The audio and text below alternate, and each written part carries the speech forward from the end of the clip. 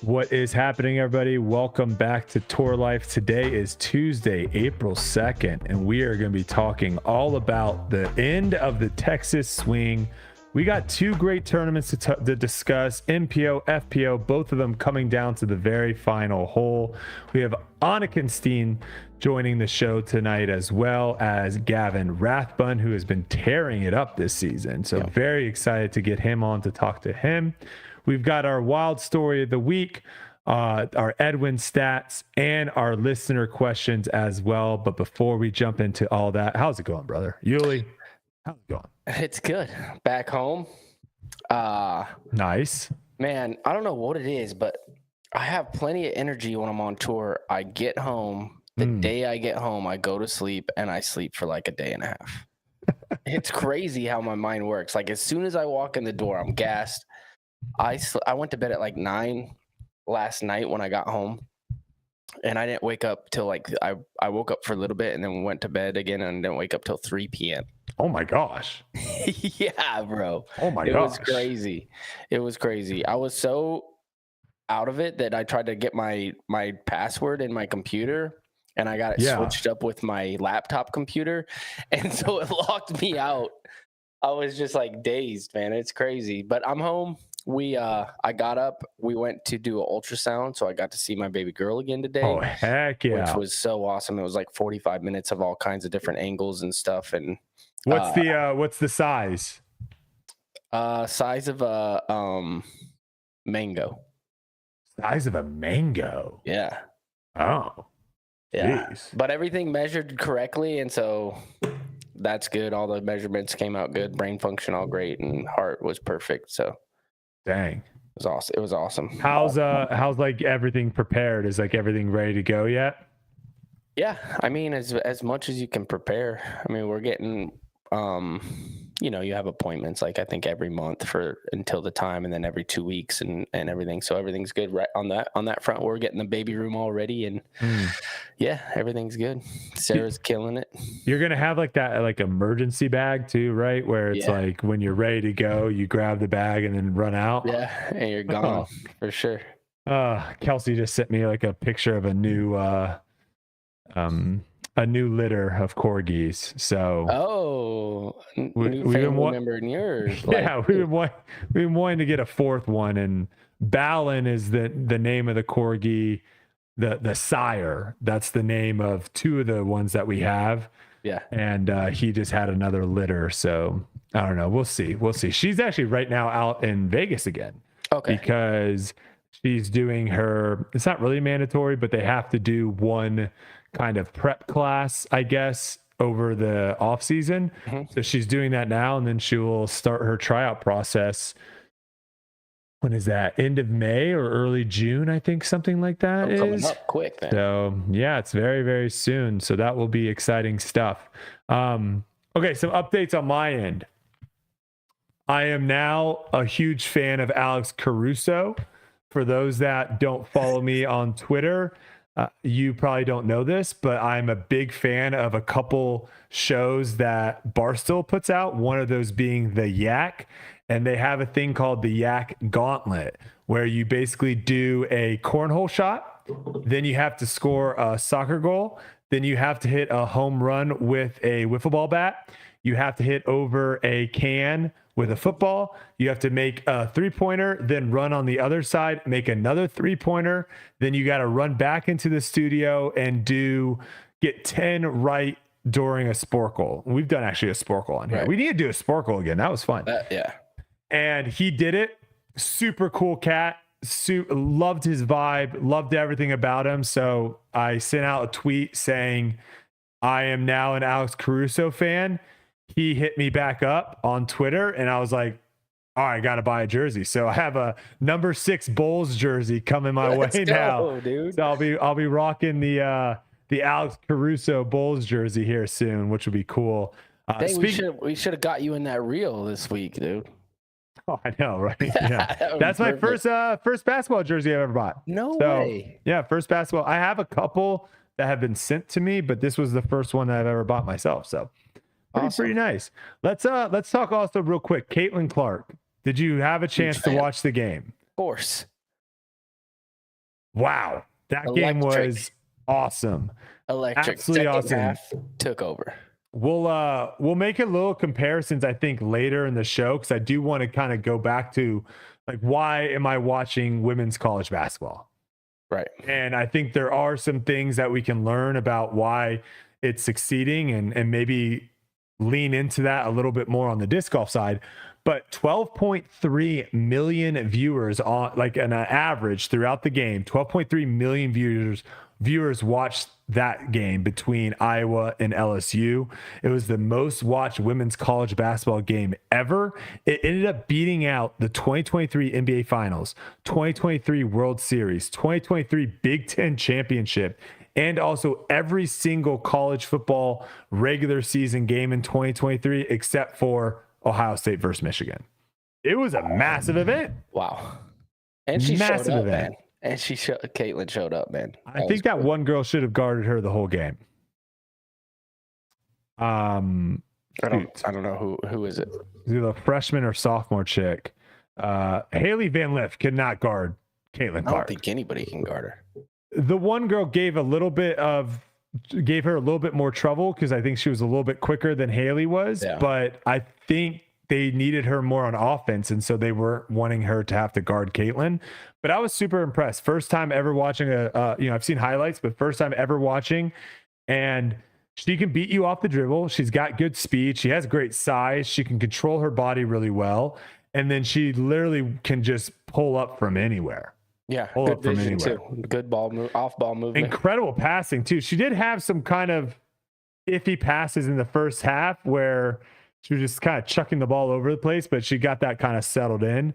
Now, I did get roasted on Twitter, Uli, because I responded to Dave Portnoy tweeted out something saying like Caitlin Clark, yada, yada, yada. And at the time I was watching the USC versus UConn game, which is the game right after. Right. And I was watching that game and I responded being like, I don't know. Like, I think both of these teams might beat Iowa. I'm like, I think both these teams are way more athletic than the two teams I previously watched. And obviously I'm a casual. I have no idea what I'm talking about. I've seen 42 minutes of women's college basketball, but that Juju Watkins girl on USC, the freshman, she has the highest ceiling. Right. I mean, she was explosive. Her handles were insane. She has a great vertical. I mean, obviously Caitlin Clark has a much better 3-point shot, but needless to say, I got absolutely dragged through Twitter for my women's basketball take. Turns out there's a lot of fans of Caitlin Clark out there in Iowa. So apologies, but hey, it'll be a good Final Four on both the men's side and the women's side. Really looking forward to both those games. Now let's switch to disc golf, how we did this past week at the Texas State Championship.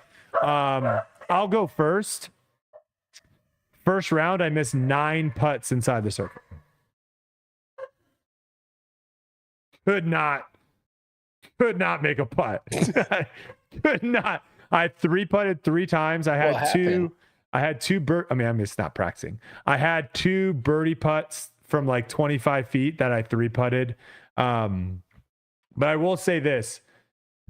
I think this was the week. This was like the final week that I needed, because there was moments of where I was like, ooh, that was really good. Ooh, that was really nice. And it got me to the point of where I am interested and motivated and passionate now to put in the work that needs to be put in for the next couple of months.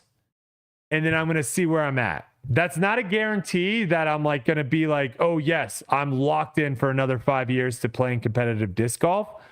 But for the next 2 to 3 months, I'm going to put in a whole lot of time, a whole lot of work in the gym. I'm going to get back to running, lifting weights, putting practice, playing the courses, throwing in the field. I'm going to put in all the time and work, see where I'm at 2 to 3 months, because what I learned is the way I'm going about it right now, where I basically show up 2 days before the event, do 2 practice rounds. One of those was filmed. One of those is not filmed. Then I play the tournament, and then I don't do anything until 2 days before the next event. that is a recipe for no fun. I'm not having I'm not having fun doing that. So I'm trying to change it up and going back to putting in the work, putting in the practice, putting in the hours, and then going to the course and playing these tournaments and seeing how it turns out. And if maybe that will spin it around and make me more interested in continuing to do it. But that's where I'm at right now. How did your tournament go? My tournament went pretty well. Yeah, pretty well. Still leading the field in Circle 1 putting. Probably. I don't miss. No, you are. That was confirmed by EDWIN stats. Okay, yeah, I'm putting really well, but it was interesting. I got there, played the course. The first round that I played it, I'm like, oh, another big giant course. Like, I don't know how I'm going to do. But then I remembered that I've been trying to mentally like not focus on those things. Okay. That was my big thing this week. You thought that was a long course? No, at first I just come off the plane and I was throwing and I wasn't reaching anything. And I'm like, oh, okay, hole 3 and stuff. Like, sure. I kind of got in my head. But then, yeah, I got a couple more rounds in on the course, and I've been, the big thing that I've been saying over this last season and a half is learning how to score again, because the course designs have kind of gotten a little better over the last few seasons. They're tougher. They're a little bit longer. And I had to really dissect my game and be like, okay, how am I going to be able to be competitive on these? I did that great this weekend. I laid up on holes where I was like, okay, if I go for these things, bad things are going to happen. I played certain holes less aggressive to make sure that I didn't bogey and maybe possibly birdie, which was huge. I've never done that. I've always been like really aggressive off the tee because I figure if I'm aggressive off the tee, I should be able to get up and down for par and possibly birdie if I go OB or something. I stopped doing that, and I'm leaving myself like longer shots in on par 4s just to make sure that I'm inbounds right away, and then my second shot's kind of inbounds, and if I don't get the birdie, then I don't get the birdie. I still get the par. That worked out great for me. And go ahead. So what I'm learning is like a new scoring system for my game, right? And that takes a long time to like digest mentally of how you can get into a groove to do that. Because before, what people don't understand, I think, in disc golf and in sports in general, is you get into a groove of having great rounds. Like, this is how you do it. This is your mental state. A, B, C, if I do these things, and then you're just in there and you're just golfing. You're not thinking about anything and you're just dialed, right? That doesn't happen when you're going out of bounds all the time. No. You know what I mean? And so that was the only way I could score before, is just getting on an absolute heater and shooting 12, 13 under par or something. Or bad rounds were like 8 under because I was in the groove with this like several years ago. But now, like, I have to be okay with, hey, a bad round is 5 under par and a good round is like, let's say 8 to 9 to 10 for me. And then if you can get into a groove with those things, now you know how to score, and now your flow is better on the course mentally, because that's the program. Are you entering this tournament then in like a different mindset of where, hey, I'm not going to be able to get enough birdies to win it, but I'm going to try to get a top 20? Absolutely. But the thing is, with the way that I'm playing it, is the win is still on the table. Like, I could have shot, 10 unders and maybe a 12 and been in contention. I have no doubt. Now, the winning score ended up being crazier than we all thought, I think. Yes. But before the tournament, I was thinking 30 under would be a winner. And I feel like everybody would probably be on track with that assessment before the tournament started. Yeah. I mean, I think when I initially looked at the weather and after playing the course, I thought someone shooting 10 under all 3 rounds would win the tournament. Yeah. But once the wind completely died the second day, then that really kind of everything. Yeah. That kind of because that course was, you kind of were talking about courses are getting harder and stuff. I thought a lot of the changes they made actually made the course a lot easier. Yeah, I never played this place before, so this is this was my first look. Yeah, I was surprised that they didn't do some things to try to make the course harder, scoring wise. And I guess it's different, right? Like, some tournaments we go to, you're going to be Jonesboro, unless they drastically changed a bunch. That's another tournament that we're all going into knowing that you're going to have to shoot 30 under plus to win that tournament. Yeah. Yeah.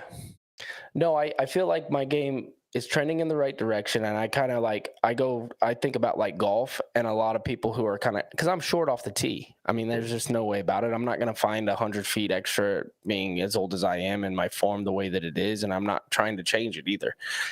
But if you look at like traditional golf, somebody who's hitting like hybrids and long irons into greens, that doesn't necessarily mean that they're going to not win the tournament. It's just going to be a little bit harder when they don't have wedge coming into those things. You're going to have to be really good at putting, which is one thing that I've been working my butt off is like, hey, if I don't miss any putts in the circle and all of a sudden from 430, I'm dialed one day, my 430 shots into the greens, why can't I shoot 13, 14 under? That's totally possible. But eliminating the stupid mistakes of like blowing it out of the first round, just going out of bounds 5 times and shooting 2 under, that's not going to help me. What's going to help me is put it in bounds again, see where I'm at. If I'm circle 3, then it's just a par. If I'm circle 2 or edge of circle 1, I have ability to make that. And that's what I did really well this weekend. Yeah, no, it was awesome to see. And, we have a nice week off now before we head into a pretty good stretch here. We go Jonesboro, we go Music City Open, we go Champions Cup, our first major of the year, which we're playing 4 rounds in Northwood Black, which we've never done before. So that's going to be an absolute physical and mental grind for everyone. And then we go straight from there to DDO. And then we have a week off, and then we head out west. So coming up, these next 4 tournaments, it's time to put on your big boy pants. Yeah. So it will be interesting to see. Before we continue on here, we want to quickly thank Discbox for sponsoring today's podcast. Many disc golfers have tons of extra discs cluttering up our closets and cars. There are very few storage products on the market that are designed specifically for golf discs and that don't waste any space. And unfortunately, the ones that do exist are terribly expensive. Thankfully, there is Discbox. Discbox is the only low-cost golf disc storage product on the market. Discbox is a simple disc storage bin that holds up to 30 discs, required no tape or glue, and made from recycled material in the USA. Go to discbox.dg.com and you will find quantity, discounts, wholesale options, multiple colors, and most importantly, no order minimums. So you can order just a single box if you want it. Discbox also makes a great players pack item. Visit discboxdg.com today and get your collection organized. Use code FOUNDATION for 15% off your order. I don't think the word disc has ever been said that many times in that short span. Holy smokes. But there we go. Shout out to Discbox for sponsoring today's video. All right, Gavin is showing up here in about 12 minutes or so. So I want to run through a little bit of MPO before he jumps on. We talked a little bit about the conditions. One thing that I think the Disc Golf Pro Tour drastically needs is they need flags on pins. They need flags on baskets. I don't know if it's a tough ask of where they're like, well, every basket's different. And so they got to figure that out to where they can put a flag, have 18 DGPT flags, or you can put them, that can be another thing that you can sell to a sponsor, whatever you want to do. I think as players, obviously it's super useful for us to be able to see. It will save time from people having to walk down the fairway and throwing up grass to see how the wind is. Cause I don't know about you, Uli, it was swirling out there. It was very hard to tell what the wind was doing, but, I think for the viewer and the spectator at home too, it's very nice to be able to see, if you're putting, to see the flag going this way, or you're about to throw an upshot and seeing the flag is going straight, headwind. It just will add a little bit. So I don't think that's too much to ask, but I agree with you. I thought 36 under to 38 under is what I was going to guess the winner was going to be in completely calm conditions. And when I saw that it was supposed to be windy, I thought 30 would probably get the job done. And it turned out it was somewhere kind of in between there with windy on day 1, pretty calm on day 2, and then a windy on day 3. But day 1 was really, I think, the toughest, the most wind. No, for sure. I mean, day 3 one wasn't too bad. Was like 3 under was a solid score, or 5 under was a solid score. And hole 18 felt. Yeah, go ahead. And then after that, it was like 5 under. That was what they got in the first 5 holes. And like hole 18 was like a serious, like, this is not an easy shot because of how windy of a headwind it was. But we see AB taking control, shooting double digits the first day, shooting 10 under. Very, very impressive round. But he one-upped himself. He comes out the next day and shoots a extremely impressive 16 under round. He actually had a birdie putt on all 18 holes. He ends up, I believe, missing a birdie putt inside the circle, and then also ended up missing a circle 2 birdie putt as well. But he ended up playing so well that second round that he ended up having a 6-shot lead going into the final round.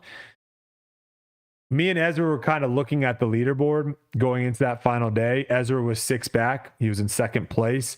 Gannon was in 9 back. We kind of were like, those are only guys that could win, right? Like Mason Ford's 10 back. I think that's way too much. And Mason Ford's not 9 back's way too much. It is, but not for Gannon. Like that's like it is. The only thing I'll tell you this: nobody's ever going to blow a 9-stroke lead on the Pro Tour. Well, AB almost did, Uli. It was very close. It was very close. If it was someone other than Gannon, I think 9 would have been too far back. But going into that final round, I could see, a lackluster performance from AB and Gannon going out and doing what he did. So it wasn't off the table. Mason Ford, 10 shots off. And then there was also a couple other people that were further back than that. So going into it, yes, realistically, it was probably Ezra or AB. And with a 6-shot lead final round on a course like that, where there isn't crazy scoring separation on a lot of these holes, it really is birdie or put par. 6 shots is a lot of shots. Yeah. I mean, maybe like a USDGC 9 or something, or a European Open or something like that has trouble looming everywhere. But I just don't, on the Pro Tour, I just don't see somebody who's playing that good to be able to drop 9 shots. That's crazy. I mean, I agree with you. I think Northwood's another course you could throw in there, 9 shots. Sure. But let's talk a little Ezra here before we go too far down the leaderboard. I want to talk a little bit of Ezra because he ended up having a very, very solid tournament. This was a tournament too leading into it. I told him, and I don't know if it was on camera or not, but I was like, you can win this tournament. I think we all would like to think and believe that we can win every tournament. I think that's true to a certain point, but his betting odds to win this tournament was probably the highest so far this season. Sure. And he played it. He played exactly like that. He ends up getting 3rd after Gannon Burr had the insane final round, but he was putting the pressure on early because he ended up birding hole 2 through 10. And Gannon ended up taking 3 pars in that stretch. So he was already closer to AB than Gannon was. So it was Ezra putting the early pressure on AB. It was like a tag team. What they did, both of the guys did what they had to do. They Ezra put the pressure on early, brought him in a little closer, and then he handed the disc over to Gannon, it seemed like. Yeah, there was one moment that stood out to me, and maybe it stood out to you too when you were doing commentary. It was hole 10. Hole 10, he threw a great drive. He actually was, I believe, the last person to throw his upshot. Yeah. AB did not have a good look for birdie there, and he ends up kind of turfing his upshot. And that was the first shot other than his second shot in hole 1, which he also did. The same kind of shot. Kind of, yeah, very similar, of where he just kind of, it's a low ceiling, he kind of just threw it into the ground. He ends up making the putt, makes like a 50-foot stepper, and all of a sudden you're like, whoa, okay, hold on a second. Like, He's moving, he's shaking, he keeps the pressure on. At that point, he has cut the lead now in half to 3. That's the closest it had been all day. And then I believe the next hole is where it was lost. He ends up throwing his tee shot. He throws it with too much turns, hits the Mando, shoots OB left. And in a position on that hole, that's one of the holes I think that actually has scoring separation. You're not going to get up and down from where he was. AB ends up hitting a tree, going OB as well, and that could have been a 2-shot swing right there. Yeah. He could have cut it to 1 shot with, 7 to play at that point, I believe, or 8. Yeah, 7 to play. And he ends up bogeying the hole along with AB. And then the next hole, the very next hole, he has like a 25-footer to cut it again because AB didn't birdie that hole, to cut it again to 2. And he clanks it off the cage. And I thought that 2 strokes, or those 2 holes right there, he honestly, he could have tied it up if he would have. But this is also coming from someone that Gannon comes in, swoops in, and wins. Gannon, I guess so, right? But he had played perfect up until that point. Yeah. He played absolutely perfect. His circle 2 putt he was leading the field. I would be able to tell you those stats if it was easy for me to tell you, but unfortunately, the PGA Live. Stats. Oh, you do. He made 10. He made 10 total outside the circle putts for the tournament. Yeah, it's good. 4 the first round, 4 the second round, and then one the final round, I think. P Wheat's asking, losing that disc on hole 11, I wonder how much that affected him. That was some commentary on the live. They were wondering, they were, speculating with AB as well as Ezra, of saying like, oh no, like they're going to need that disc back. He threw a venom on that hole. He doesn't throw venom on any other tee shot the rest of the course. So that wasn't a disc. I don't know if he ended up getting it back or not. I know AB got his back, but that wasn't a disc that he had to change his strategy moving forward. Good question though from Pee Wee there. Most impressive round. It wasn't the course record of 16 under set by AB in round 2. It was Gannon Burr's round 3, 15 under. It was considerably more wind, and he was also trying to chase AB down the final round. Final day, final card. That's insane. If Ezra wasn't doing what he was doing on the front 9, because like the live commentary wasn't really talking about Gannon that much, because he was so far back. You mentioned it, 9 shots, a lot of shots. But like Gannon was having a great front 9 and then followed it up by birding every single hole in the back 9. Yeah. And this is an EDWIN stat for you. Ready for this one? Gannon Burr now becomes the first player ever to birdie the entire back 9 in the final round and lose since 2019 Waco. Do you know who did it in 2019? And lost? And lost. He's the first player ever to birdie every hole in the back 9 and lose since 2019 Waco. I have no idea. Big Germ. Big Germ. Oh, wow. Big Germ birdieing the entire back 9 and not winning. So, yeah, I thought Gannon played super impressive. One of the graphics they threw up, the new normal, I thought this was kind of a cool graphic showing just the finishes between these 4 guys. I don't know why they have Memorial on there. That's not a Disc Golf Pro Tour event. So why the heck? I just noticed that. Why the heck is Memorial on this graphic? Well, because they both went head to head pretty much, I think. I don't give a flip. But by looking at this graphic, you got AB going first, fourth, and first. And then you've got Gannon Burr going third, fourth, first, and fourth in the last 4 events, starting from Texas State's going back to chess.com. So, I mean, these guys have been on a different level than everyone else so far as consistency goes this season. It's impressive. Pretty fun to watch for sure. They got to be listen, these 2 are going to be going at it all season. Who else is there? I mean, Calvin, but he can't throw sidearms right now. Calvin, Eagles coming back here soon, but we're seeing other people leak. Like Kyle Klein's been consistent. I think he's been top 10 all 4 events. He's always that unassuming guy that people forget. I just forgot about him again, and you can't do that. But what about? I agree. Nicholas? He didn't have a good Disappeared. finish. Yeah, he didn't have a good finish here. I agree. I mean, obviously looking at it right now, I think those two guys have the best chances of being the top two guys week in and week out. But I think there's going to be Ezra's, there's going to be Nicholas. Can't forget about Isaac Robinson. You can't forget about some of these guys that are going to pop off. James Conrad at Jonesboro. There's going to be guys that pop off. Right. But I agree. I think these guys are the guys to beat as of right now this season. And with that being said, one of those guys that we might be seeing a little bit more this season on the leaderboard is our guest, first time coming to Tour Life. Ooh, looking forward to this one. We have Gavin Rathbun joining the show. Gavin, thank you so much for I think we have Gavin. Maybe not. Gavin.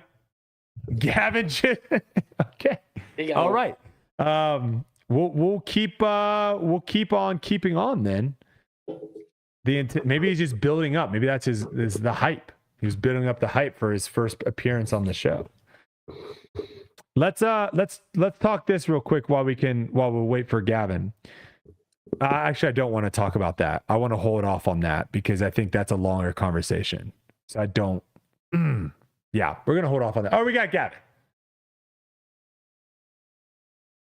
I think we have Gavin. Silas? All right, I hear him. Yes. I hear him. All right, Gavin Rathbun joining Tour Life for the first time. Thank you so much, man. Looking forward to this. On a lot of hype coming into this interview. A lot of people, a lot of listeners really excited to hear you on here. So first off, congratulations on the beginning of this season. Some really, really solid finishes there. I appreciate you. Oh, my bad. You guys can see. Where are you currently at right now? Looks like an RV situation. Yeah, I'm in my RV at a Pilot just outside Hot Springs, Arkansas. Just got done driving like 15 minutes ago. I was gonna say not too much stuff in between Texas and Jonesboro, I'm guessing. Yeah, no, not too much. You got some Buc-ee's though. Driving. Oh yeah, you got some Buc-ee's. We're out of Buc-ee's land now, I believe. Okay. Yeah, now you're into no man's land until you get to Jonesboro. So pretty much. Are you getting to the course early to practice? Are you just going to play out there kind of in the off week? Yeah. Destiny will be working. So. Okay, nice. All right. Well, before we jump into it, I kind of want to just, one thing with disc golf right now is there's just not that much media around it. And so if you haven't been on a bunch of lead cards, if you haven't been on a bunch of podcasts before, it's sometimes, people are kind of like, oh yeah, I know that guy, he plays disc golf, but they don't really know that much of your story. And you're one of the people that I don't actually know all that much about your story with how you came about into disc golf. So care to share that a little bit with us and the listeners as well? Yeah, absolutely. So I wrestled, played baseball, and played football my whole life. I was super into wrestling. It was like my full-time gig. I did it almost 365 days a year, all the way up until sophomore year of high school. And not everyone will know Ian Burchett, but I know you two boys know Ian. He got into disc golf a few months before I ever did, and I hated it. I hated the idea of disc golf. Like, it just was not for me. I loved wrestling. It was what I did. And first day of my sophomore year, it was an open match, just like light practicing, and we were fooling around, and I just went down nasty on my left arm, and I dislocated my shoulder and hurt my collarbone pretty bad, and the doctor was like, yo, you're probably never going to wrestle quite to your full extent again. And I went out to the disc golf course there like a couple months after my left shoulder started feeling a little better. I gave it a couple flicks. It was just absolutely terrible. But we had an awesome community in Oswego, Illinois, where I grew up, and they saw potential in me and Ian. They bought us our PDGA memberships in 2013. This was the very beginning of 2013, and it's I got right into the junior and amateur scene. So my first year I went to Junior Worlds. I qualified for the Final 9 there. I met a bunch of really cool people. Like my first 16 and under juniors event, I played almost every round with Adam. Oh.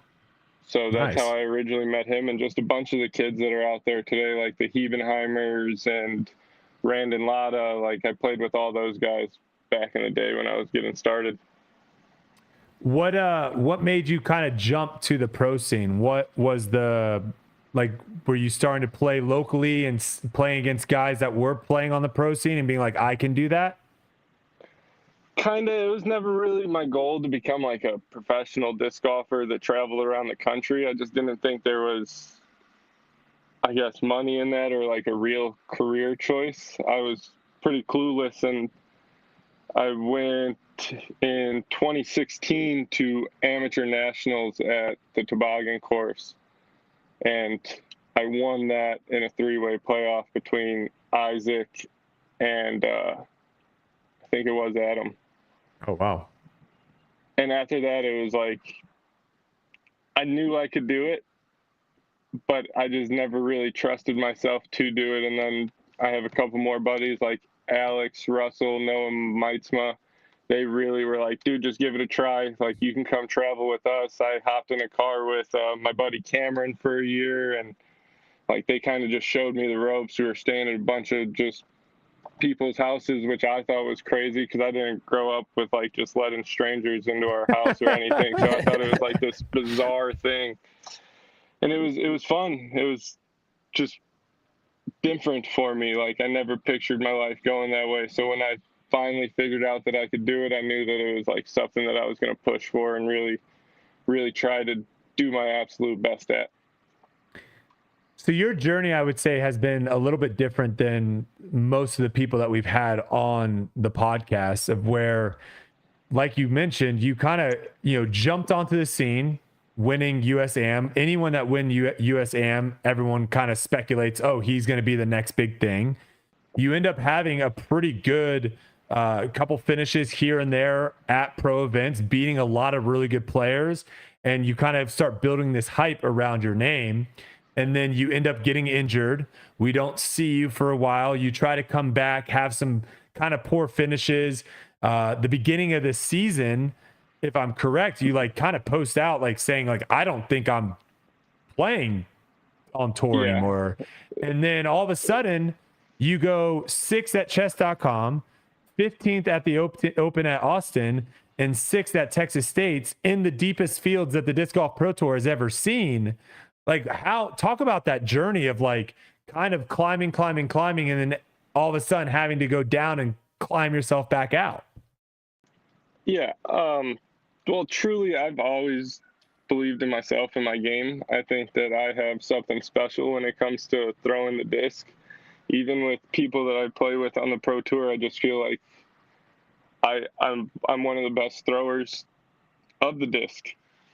And the injury really was a huge setback. I feel like I was finally starting to Can you elaborate on the injury a little bit and what happened?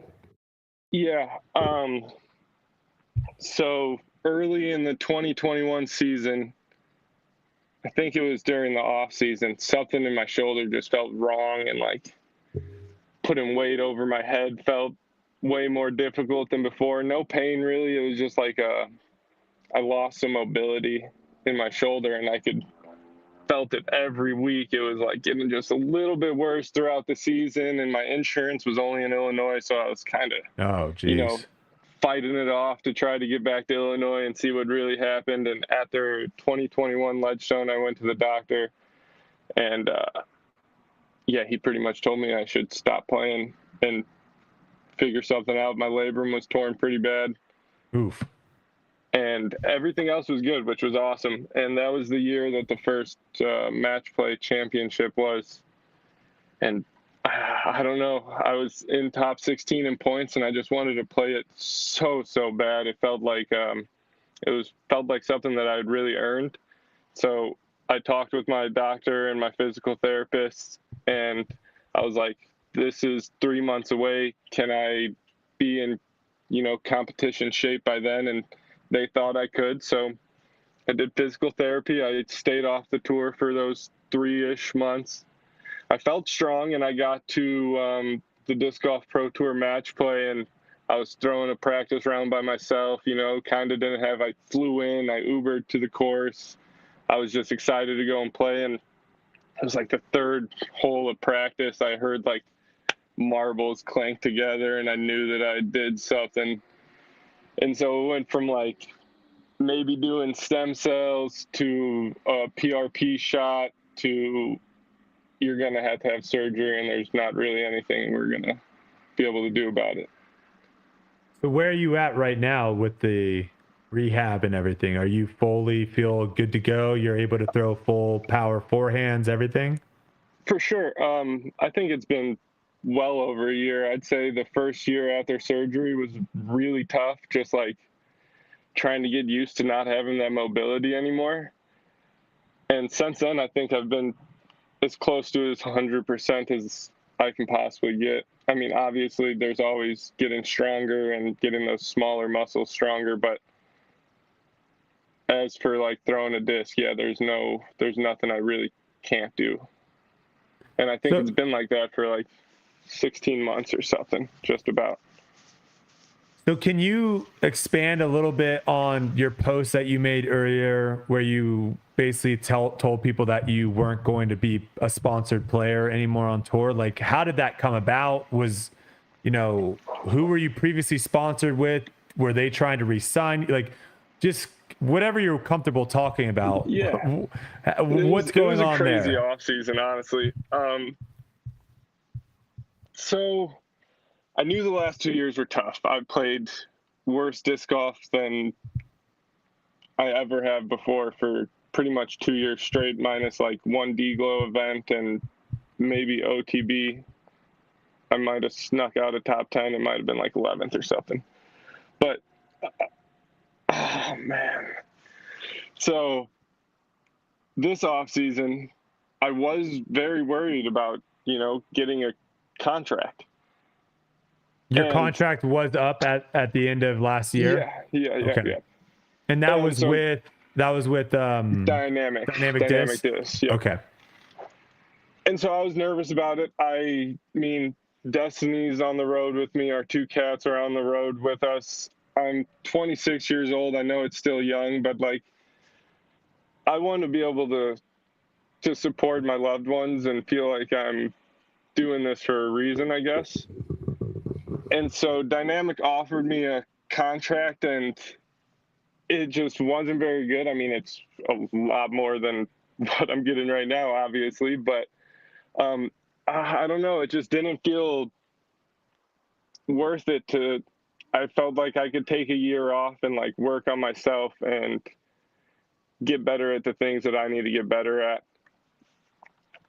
And so that whole thing didn't work out. I got a couple of small sponsorship offers from other companies, the smaller companies, and nothing just seemed to be aligning with what my goals truly were.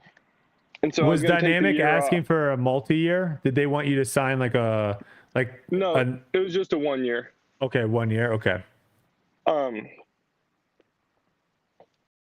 And so we go through all that. I decide, you know what? I'm taking the year off. Like, talk to my mom about it. Talk to Dee about it. And you mean year off of like, I'm not playing? I'm not playing this year. Yeah. Like I would still play disc golf. I would practice every day. Locally and stuff. Yeah. Yeah. Get better. But I wasn't going to play on the pro tour at all. And I don't know if it was for sure less than a week after that Destiny got a call and she got promoted to a full-time position with the tour. So that obviously involves like, it makes traveling a lot easier for us, and it makes it a more feasible thing because she has a full-time job on the road. And it kind of gave me like the kickstart, like, dude, you have another chance. Take advantage of it and don't do anything that you will regret, I guess. So I've really, really, really been focusing and honing in my game as much as I possibly can, and I think it all starts with just being happy. It's been a tough thing the past couple of years. We've dealt with way too much for how young we are, and it just feels good to not be going through that anymore. When it comes to the sponsorship, are you reaching out to these companies, or are you just kind of sitting, like when you basically said like I'm not going with dynamic anymore? Yeah. Are you reaching out to the other big manufacturers? Or are you hoping someone reaches out to you? How did that go about? I did reach out to a couple. They said their spots were filled, whatever, you know, the old mumbo jumbo. And I mean, I've gotten sponsorship offers since the season started. I was gonna say, how has that changed now after your great start? Have you gotten anyone to, you know, answer the call? For sure. Like, actually just came out. I have a tour series Warlock with Gateway. Okay, But that's nice. a collaboration. I'm not sponsored. I don't plan on taking any manufacturer sponsors this season. I really like where my bag's at. I like where my game's at. I'm happy and I'm able to do it. So might as well take the year to truly perform the best I can. Yeah, it's kind of like one of those situations where you're betting on yourself, of where you're For like, sure, yeah. you're like, I could probably take like an okay sponsorship right now, but if I believe in myself, I can go out and have a great season, and then I can really capitalize on it. Uli, what were you gonna say? Are you surprised with how well you're playing right now, or are you just like, oh no, this is just business as usual, or was your off season so good with your practice that, you know, you stepped up at chess.com and you're like, okay, I'm gonna play great this season?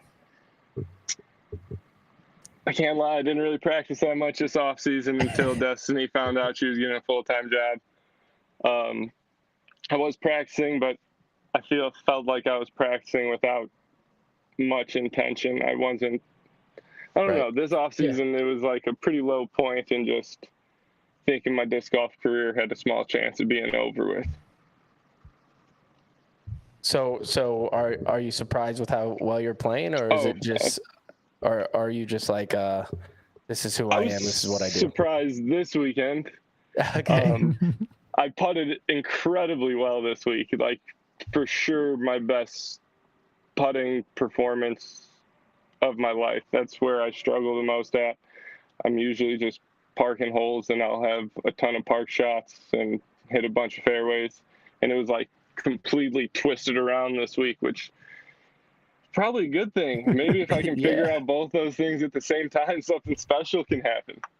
Yeah, it was your putting was really good. I did want to ask something about that. Did you feel the cameras showing up to your card? Because you played that final round really, really well. And I happened to just say, like, was it a coincidence that you end up, I think you threw two, I think one in the cage, one off the band, I believe, both for birdie when the cameras showed up? Yeah, both my circle one misses for the weekend. You know, honestly, it might have affected me a little bit, just because I was questioning more so why the cameras were showing up. I didn't even put together that I had birdied like 6 of the first 7 or whatever. Yep, 6 of the first 7. And I just knew that like AB and Gannon and Ezra were all like way up there. So I don't know. Yeah, I definitely thought about the camera coming when I shouldn't have, which hasn't been the case the other few times I've been on camera this year. I thought nothing about it and just let it. But yeah, it did cross my mind this time. Go ahead, Yuli. That's one of my questions is like, we were at the Airbnb and we were watching some old footage, and one of them was the 2015 Amateur World Championships, and it was Anthony, Isaac McDonald, local guy here. I'm spacing on his name. Mark Huther, and yourself on that card. And oh my gosh, watching AB, he was so young. It was hilarious with how young he was. But does that give you motivation, like knowing that you came up with these guys, right? You were talking about Adam going into a playoff with him and seeing them have all that success. Is that something that like motivates you to where you're watching them? You guys all came up at about the same skill level, and now they're having these great, finishes and stuff. They've all won multiple times on the tour. Is that something that you can look at yourself and be like, man, I'm one of those guys? I mean, it's for sure motivating. It's just awesome to see that these kids that I became friends with so long ago having so much success. And it's like, it kind of proves that junior level was the next step. A lot of people were saying that back then, like, you guys are going to be the disc golfers of the future. And it was like something I couldn't really see at that time. So yeah, I have so much respect for both Adam, AB, and all those guys that have continued to grind this game, and it's showing now. And then I wanted to ask you, he was so little. Like, what was that like playing with him back then? Like, some of those videos are wild when you have like a 45-year-old man playing with like a 13-year-old kid. You're just like, what is this sport? I might have been 16 in that video. Okay, so you were really young too. 2015, yeah. But that's still bizarre playing against a 13-year-old, right? Oh, for sure. There's a massive difference. I've been playing with Isaac McDonald my whole life. We're from the same area. Actually, my first tournament I ever went to was at my home course, and I was in second place in rec. And I got up to my hole that I was going. It's like one of the hardest holes at our local course. And I get there, and it's little Isaac and his dad. And I'm like, oh, cool, dude. Like, I didn't think Isaac was the one playing because he was so small. Like, seriously, he was up to my hip. And I was like, oh, you shot really well. And I was talking to his dad, and he's like, oh, no, I'm not playing. It's him. And he was beating me by like 4 strokes or something. And I was like, what the heck? And then he gets up there, flicks this Blizzard Boss, and he's wearing basketball shorts, but they're like pant sized. Like they're hanging over his shoes and stuff. And I'm like, oh my goodness, what is going on? Oh man. Yeah, it is a wild thing. Go back and watch some of those old if you guys haven't yet, go back on YouTube, watch some of those old things, because you get to see you get to see like 50-year-old guys playing with like kids that haven't gone through puberty. And it's just a wild contrast between the two. We had our stats guy run some stats real quick for you, Gavin. You actually led the tournament and made circle 2 putts, and you also were 7th in total feet putting for the tournament. So not bad. I guess just keep making circle 2 putts, and you'll find your way up the leaderboard. Oh, it helps a lot. And you know what else helps is when you miss like a couple of those circle 1s in a round, your confidence is almost like shot. Oh, it's like bad. It's way harder to continue. I missed 9 in the first round, Gavin. Oh, it must. I think I missed more putts in the first round. I missed more circle 1 putts in the first round than you probably missed putts total this past week. Yeah, it's impossible to get your It's like it's 100% accurate. Hard. No, you're right. Like, especially, I mean, I've played a couple rounds with you, and you know, when you're throwing and then making the putts afterwards, it takes so much less pressure off that next throw, of where if you miss a 25-footer, you're like, all right, I guess the next throw I have to throw it to 15 feet, and it just puts more and more pressure on you. Well, and for somebody like Gavin who throws the disc so well, you have a lot of birdie putts in the circle. Yes. And so it's not like you're having like 2, 3 every 9, 4, 5 every 9, like constantly putting it in the circle. That's why you see some of the stats from the best players in the world, and they miss like 2, 3 putts and they still shoot 10 under, and you're like, well, imagine if they would have made that. Well, you know, they're having 13 circles edge putts around. Like, how many of those are you actually going to make? Like, what's realistic type thing?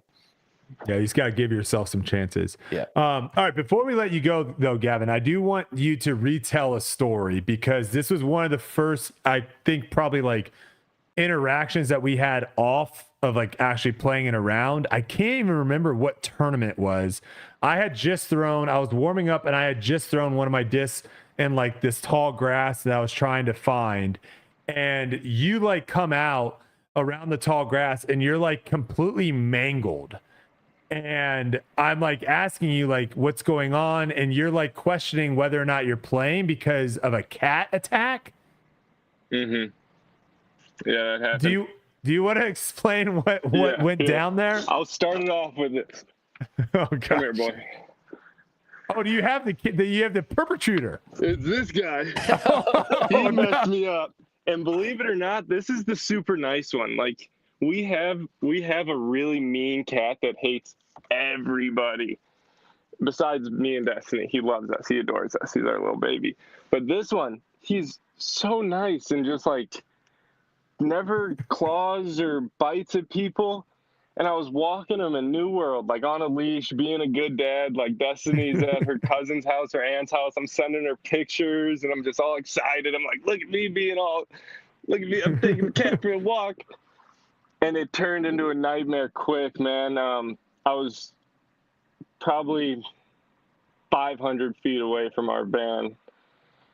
And I noticed at New World, there were some people living there that probably shouldn't have been living there. They were kind of, I don't know. I don't like judging people, but they probably weren't the best people overall. You can call them hooligans. That's a good name. Yeah, they were a little hooligan. And they had like 4 dogs off a leash, and I see this big one like look over, ears go up, and I'm instantly like, oh no, man.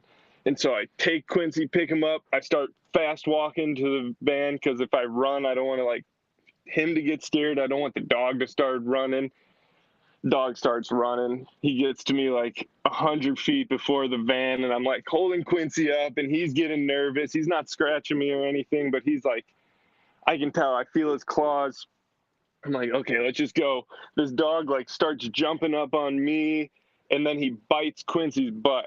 Like he full on gets a hold of Quincy's butt, like way up on me. Like it happened very fast, and Quincy freaked out.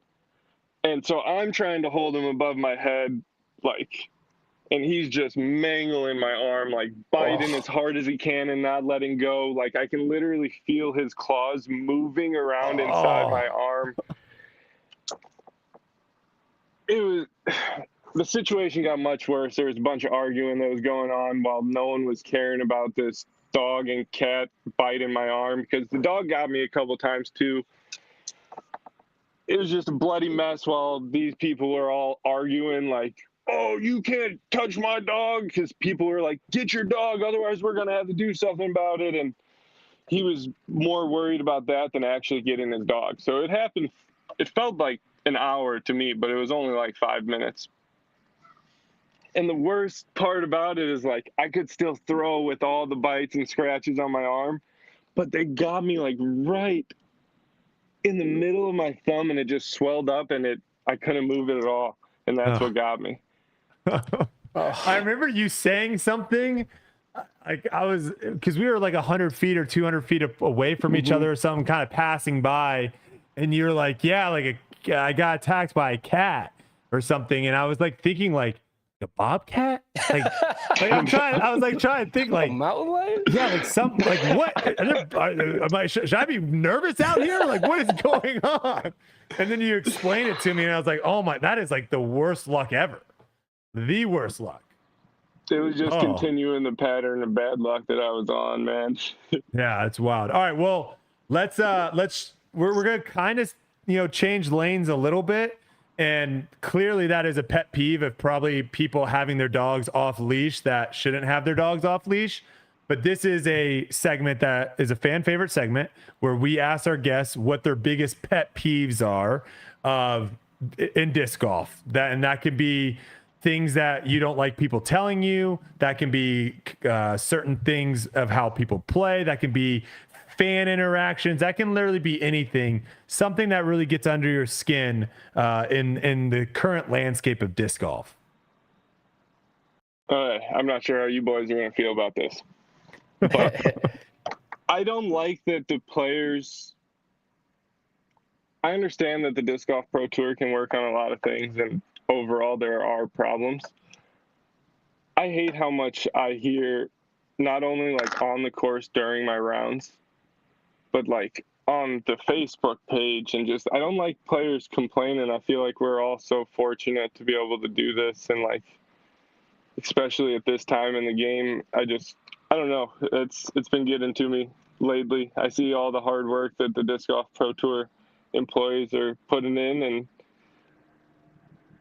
it's hard to make things perfect, especially when the sport is growing like it is and players are expecting certain things, which I see all the players' points as well, but I just wish that there could be a better way to communicate. No, that's a good one. I think there's definitely levels to it. Like we don't shy away from saying our complaints about the Disc Golf Pro Tour or the PDGA or really anything in disc golf on here. But we try to do it, I guess, in a certain point of where it's like the big issues. Like these are things that should be top of mind. And you know, T pads, like that should be T-pads some are huge. That one makes sense. But I agree. And, you know, the Facebook page, I wish we could screenshot and show some of these posts that are in this Facebook page.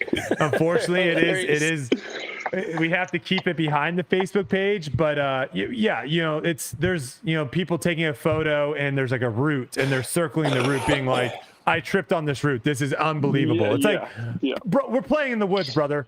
Like there's going to be roots everywhere. So I agree with you to a point of where for sure there can be a lot of negativity, and we are very negative on a lot of things here, but I think maybe the difference is the Facebook group. It does seem like it's almost always negative.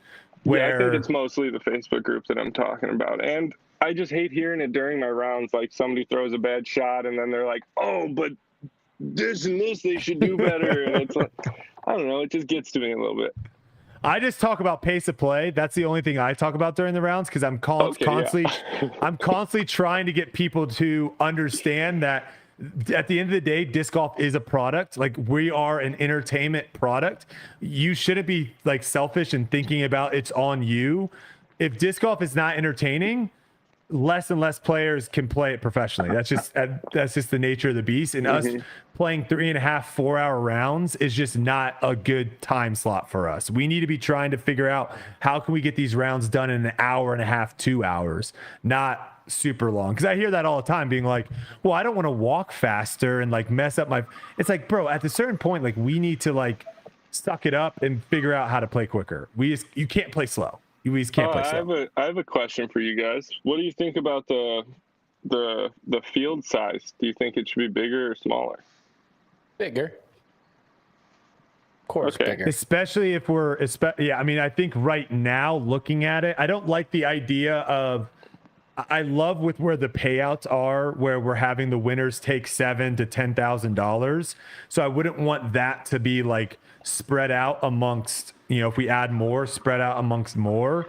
But right now, I go back and forth on this issue. Like, do you think the cut line, the cash line is too small? Do you think it's getting to the point of where it's too hard to cash, or like, what are your thoughts on it? Lesser percentage of people. So you're saying the field size is too big currently? I think so.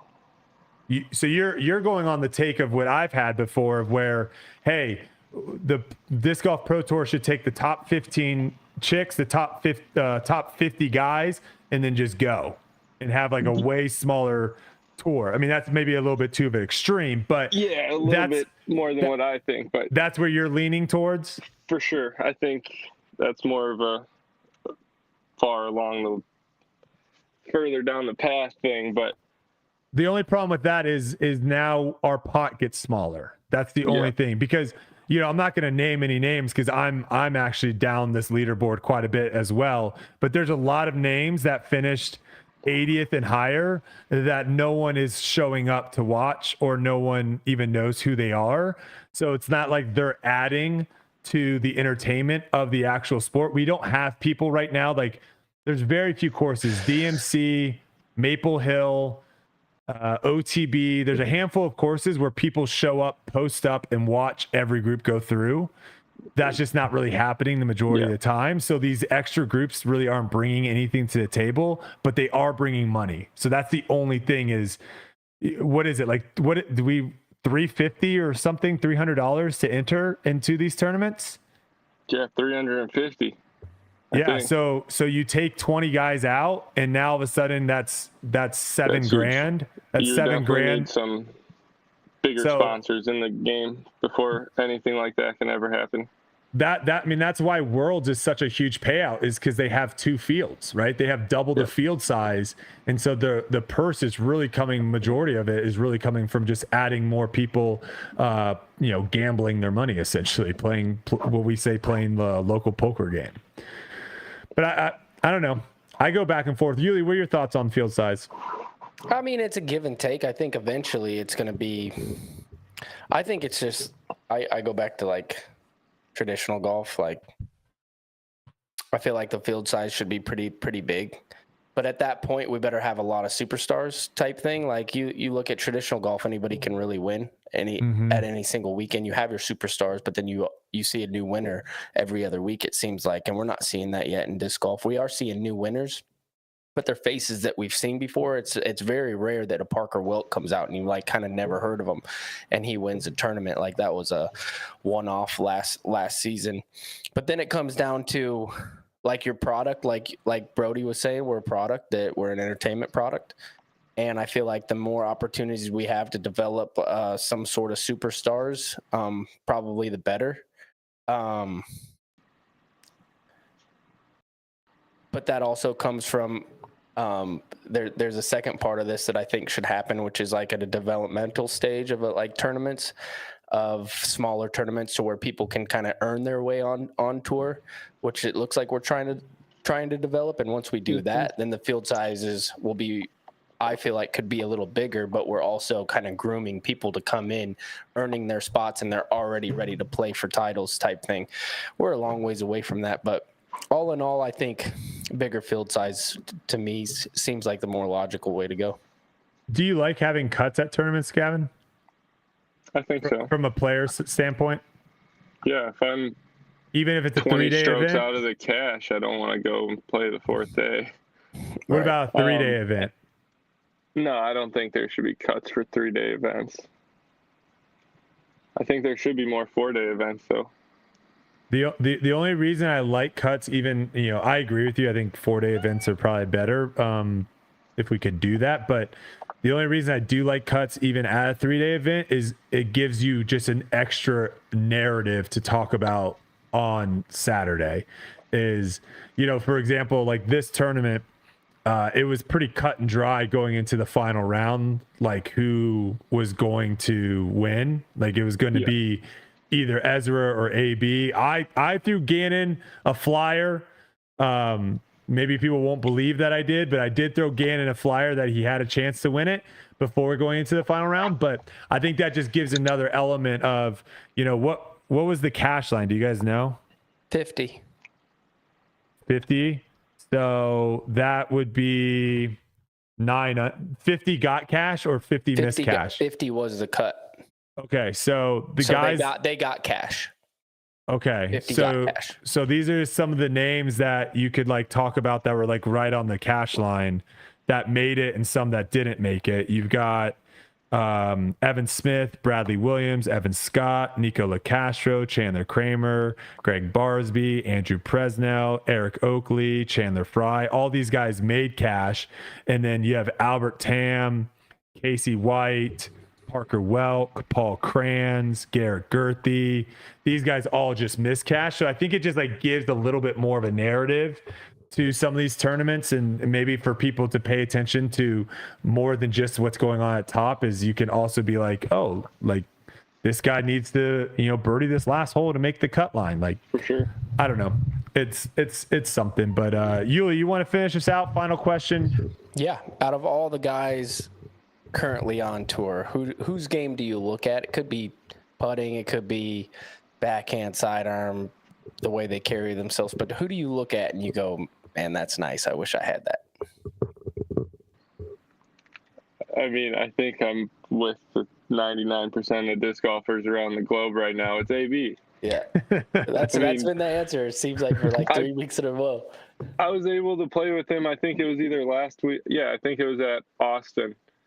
And for how hard he can throw a disc, him having the ability to like tone down on that Athena and still throw it and hit his angles with it is just so sick. What's your distance like compared to his? Coming off. I mean, he throws further than everyone. Yeah, well, but you do throw incredibly far. So what is that kind of surgery? Have you? Okay. Yeah, at least like really throwing. I used to be able to throw it over 650 feet like every single time that I wanted to, and now it's like right at the like 550. I'm pretty comfortable. I can go out in most winds and throw the disc 550 feet. Gotcha. Maybe that's helped you a little bit, tone down a little bit. Oh, a ton. So far this year, I've went out of bounds like a tenth the amount that I did before. That's the nature, is keep the disc in play and don't take bogeys. Make your putts. For sure. Especially on a course the way that this course was set up. Yeah. A bogey was, I mean, it hurt you so much out here. Yeah. Even though somehow AB had 3 bogeys the final round and still won.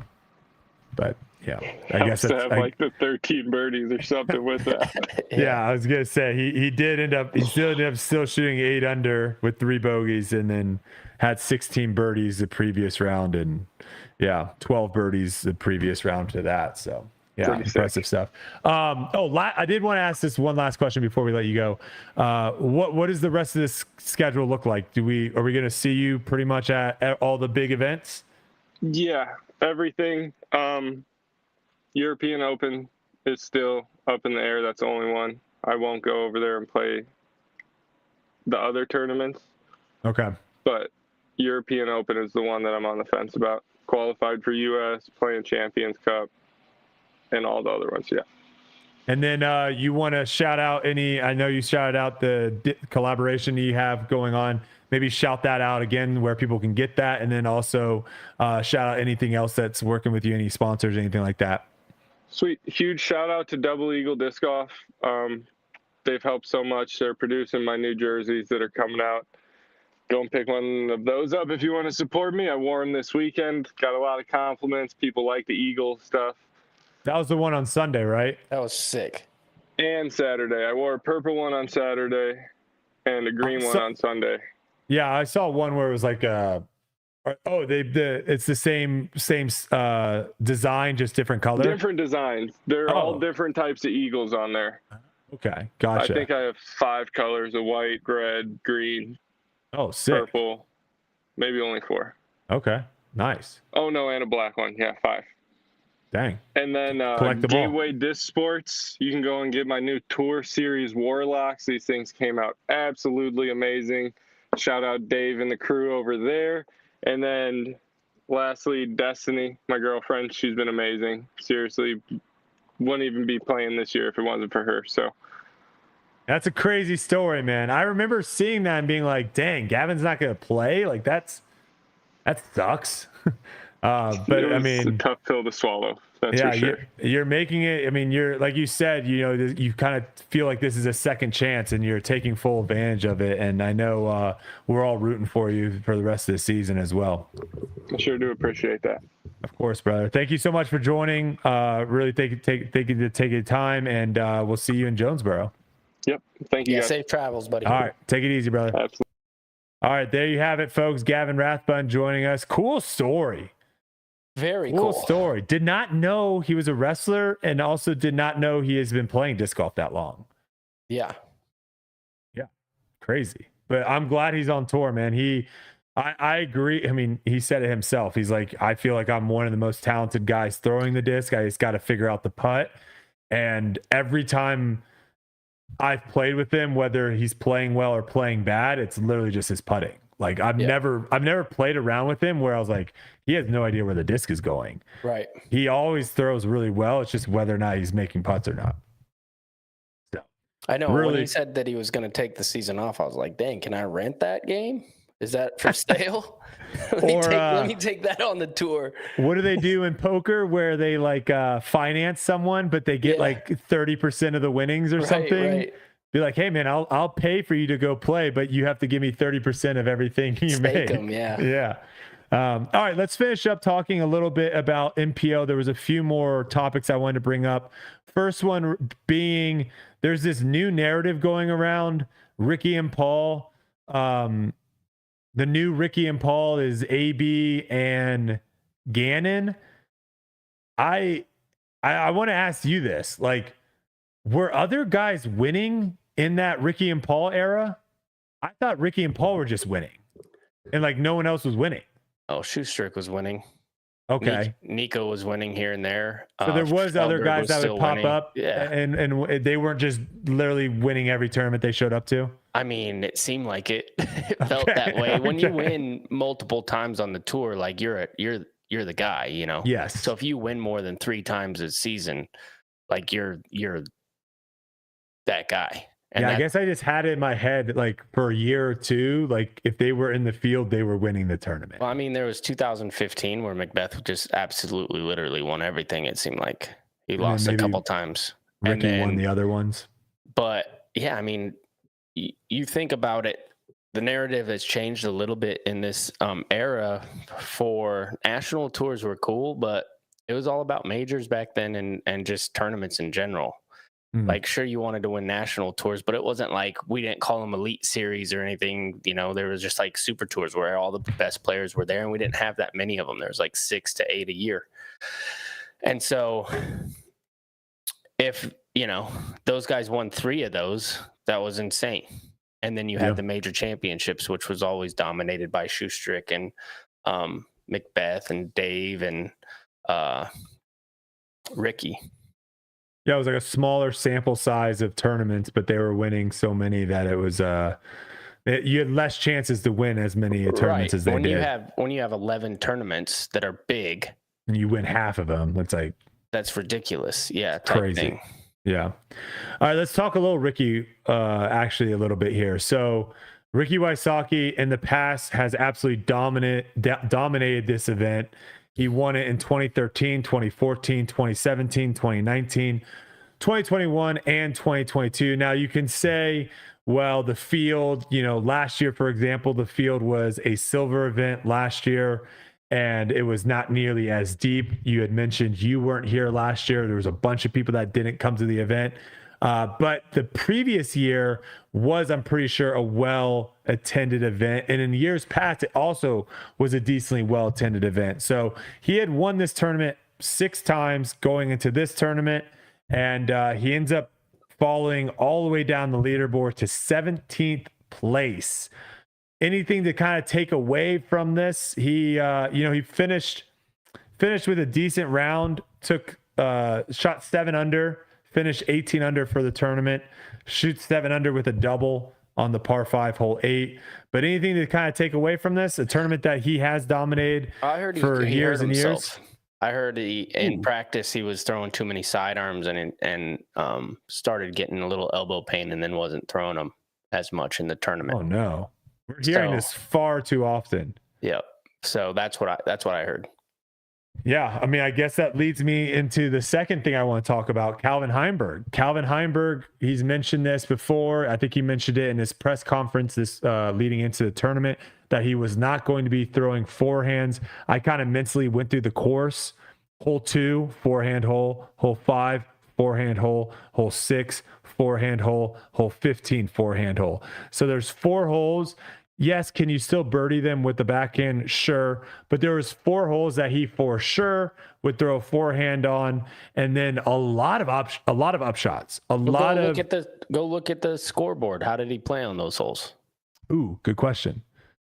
Okay, let's see. Hole 2, 5, and 6. Let's look at those first. So hole 2 he bogeyed. Hole 6 he bogeyed. Hole 5 he birdied. And then hole 15 was the other one. He birdied on round 1. Round 2, hole 2 he birdied. Hole 6 he parred.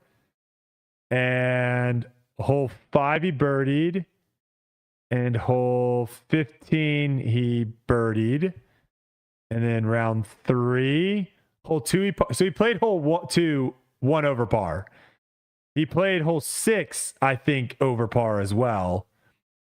He played hole 5. He parred hole 5. He didn't play those holes well. He parred hole 15. He didn't play those 4 holes well. And those 4 holes are kind of birdie holes if you have a good sidearm. So right there, I mean, granted, at the end of the day, he lost by 10. But those 4 holes, that's 12 shots. I don't know if he makes up 10 if he's throwing a forehand on those 4 holes. But there was a lot of holes, Uli, where you're throwing a lot of sidearms. Also remember, it's not like he's an elite sidearm player. when he has his sidearm. It's not like he is pretty guaranteed. He's not guaranteed birdies. 2, I would say guaranteed a birdie. That's just distance. But everything else, like, you can't just be like, oh, just because he doesn't have it, he's guaranteed to birdie those holes. No, I agree. I think just people are sleeping on him right now still. With, I mean, I don't think he's missed a circle 1 putt since the first round at Florida. Still, I think he's made every single. He missed in the round that we were talking. We had that narrative. Was that round 2? He ended up missing one. Missing back-to-back ones. Okay, but he's putting well. His backhand still looks really good. So I think people are kind of sleeping on him a little bit. Obviously, it's easy to do when you have AB and Gannon coming out to the start that they have.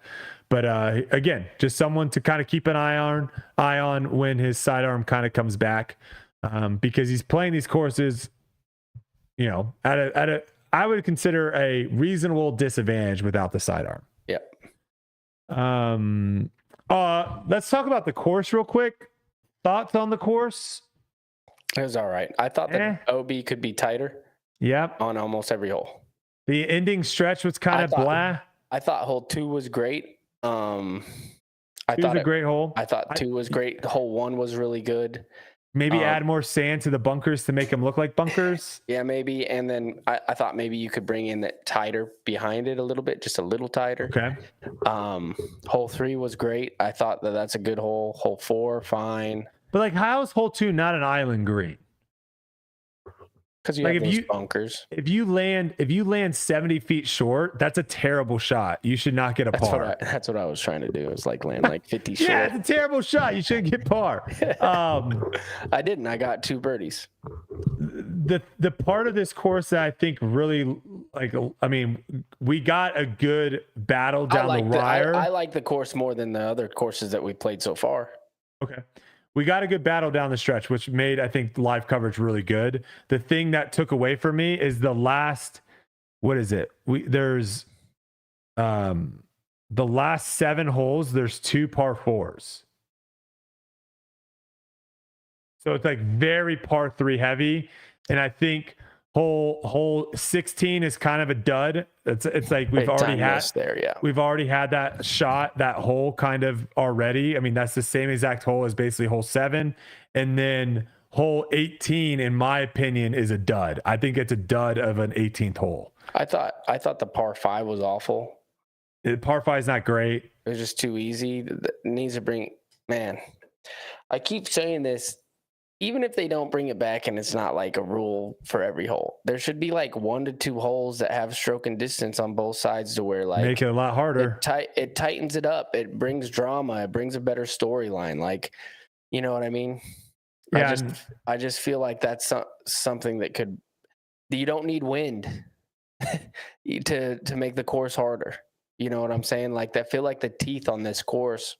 Well, we saw even when there was crazy swirly winds, round 1, 10 under was still achievable. But that's okay.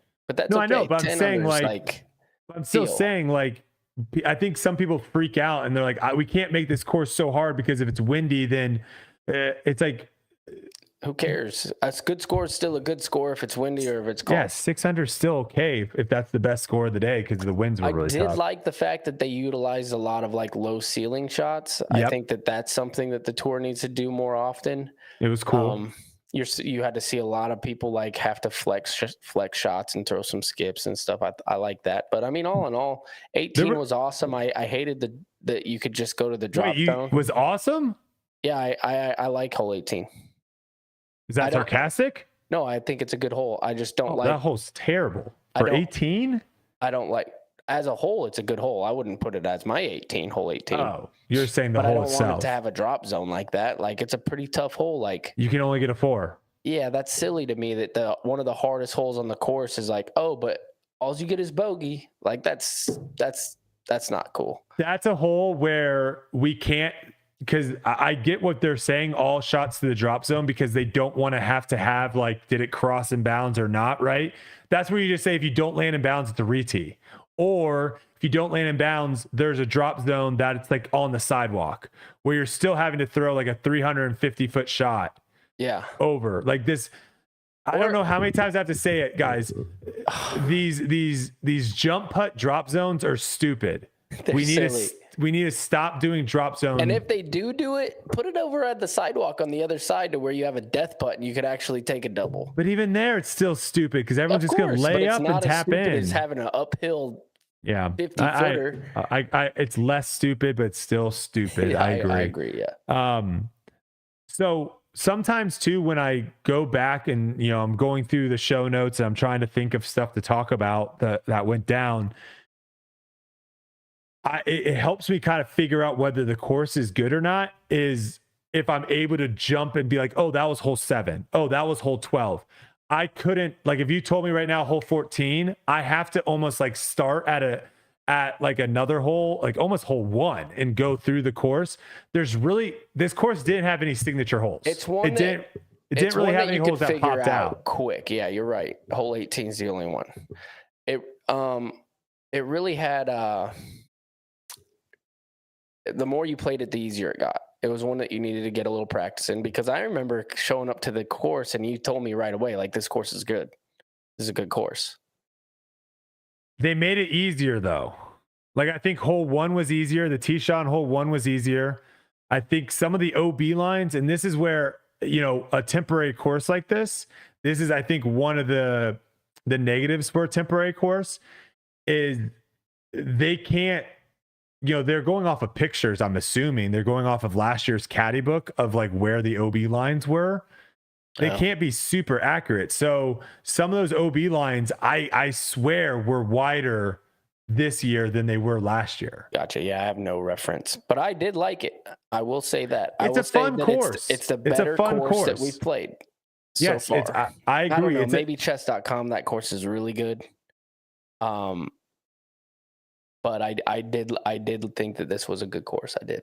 And I think it's a fair course, right? That's the other thing, is like you didn't ever feel like a good shot was penalized, and you never felt like a bad shot was being rewarded. Right.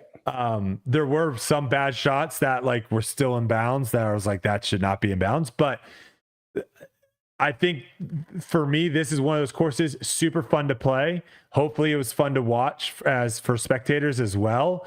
But the scoring separation is where, like, I'm always going to lean on the side of like, I don't want a 16 under round to be possible, because it just makes it a lot harder for someone to chase someone else down. That's all. But that wasn't the case, because then somebody else shot 15. No, I know. But that's the thing, like, that's not really possible for like most people. Like AB played as bad as he was going to play that course. 8 under is as bad as he's going to play out there. It was really a 9. Oh, because he would have made that putt on 18. Yeah. So 9 under, 10 under is pretty much as bad as it's going to be out there. And to me, that's where I would love to see, like, the separation is more on the plus or negative side instead of the negative, where it's like someone shooting 16 under or 10 under. I want to see like someone shoots 6 under or 6 over. I feel like I want to see that. Like 3 people really ran away from the field though, and the rest of the field kind of was at that spot. Right? You think so? Yeah. I mean, again, the course did play different. The course did play a lot more challenging. Ahead was Ezra from 4th? No, you're right. They did separate. I mean, Matty O played a great final round, shot 10 under, which matched Ezra, and was 5 shots ahead. So they did. No, you're right. They did separate themselves from the field.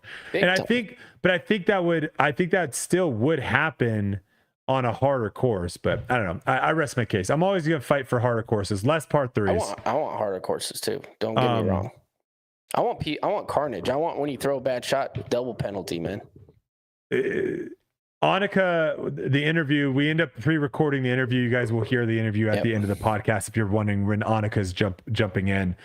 Uli, unfortunately, was logged out. He explained he was logged out of the computer. If I tried to log in again, it had 15 minutes, and I was worried that it was going to be like, 25 days, and then you can come back on here. So I wasn't going to do it. So make sure you stick around to the end of the podcast, because that's when we'll have the Anniken Steen. And it was a great interview, really insightful, really cool. But she did say something about the easiness of the course. And I think that kind of hits home, is similar to the MPO side.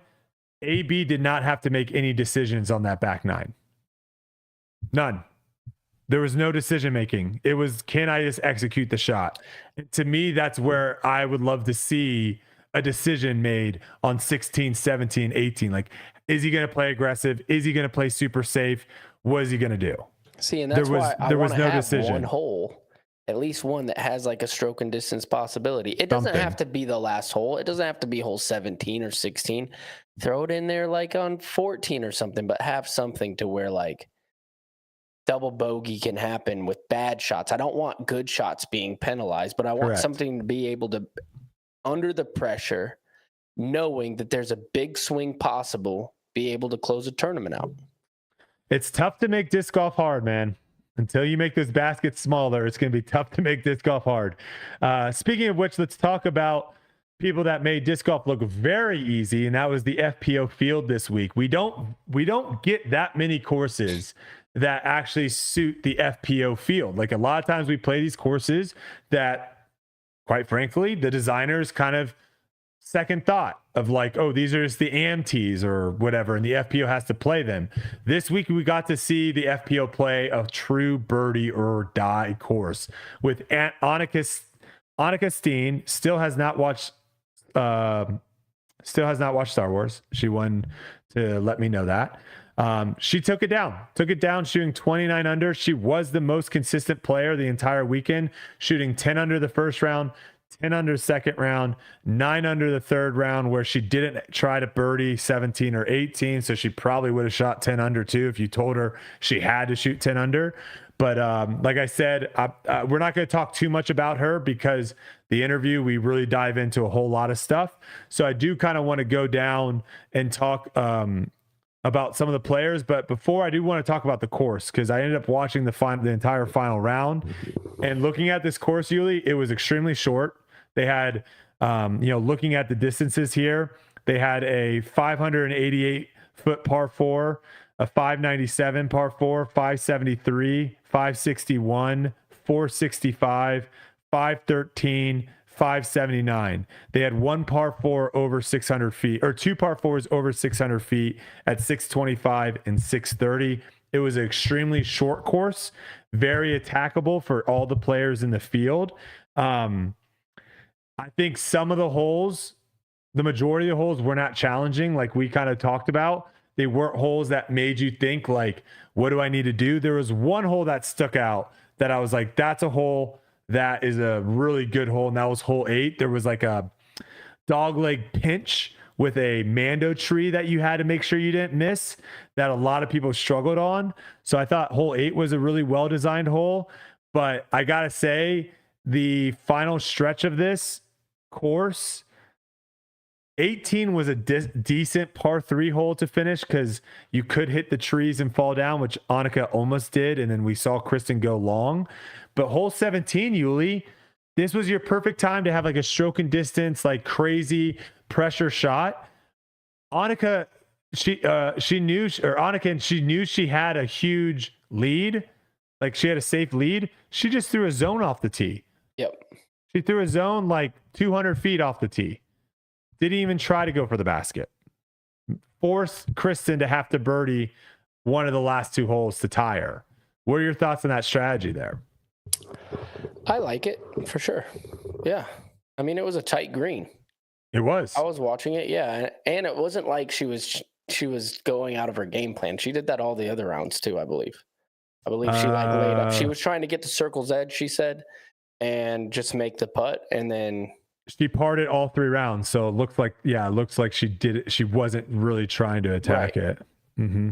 So I have no problem with it. I mean, I think it was the right play there. I think you potentially lose the tournament if you go for it and throw a B. Yeah, 2-stroke swing, all of a sudden you're losing. That would be horrible. Now, I'll leave it at that, because we do dive in a little bit more, and it's very interesting to hear what was going through her head down that stretch. Statmando came out with a stat that said the FPO field recorded 142 bogeys or worse in round 1. That's the fewest bogeys since 2023 Portland Open. So it kind of leans into how this was a true birdie or die course for them. Owen Scoggins held the course record, shooting 11 under the first round. She's still playing extremely well. She ends up finishing the tournament in third place, one shot behind Kristin Tattar. Sayananda, the winner from last year. I'm having to scroll a bit down the leaderboard here. 13 under, so 16 shots off the lead or off the winner's pace, finished at tied for 13th. Wonder what happened to her at this tournament. I'm going to look at some of the numbers.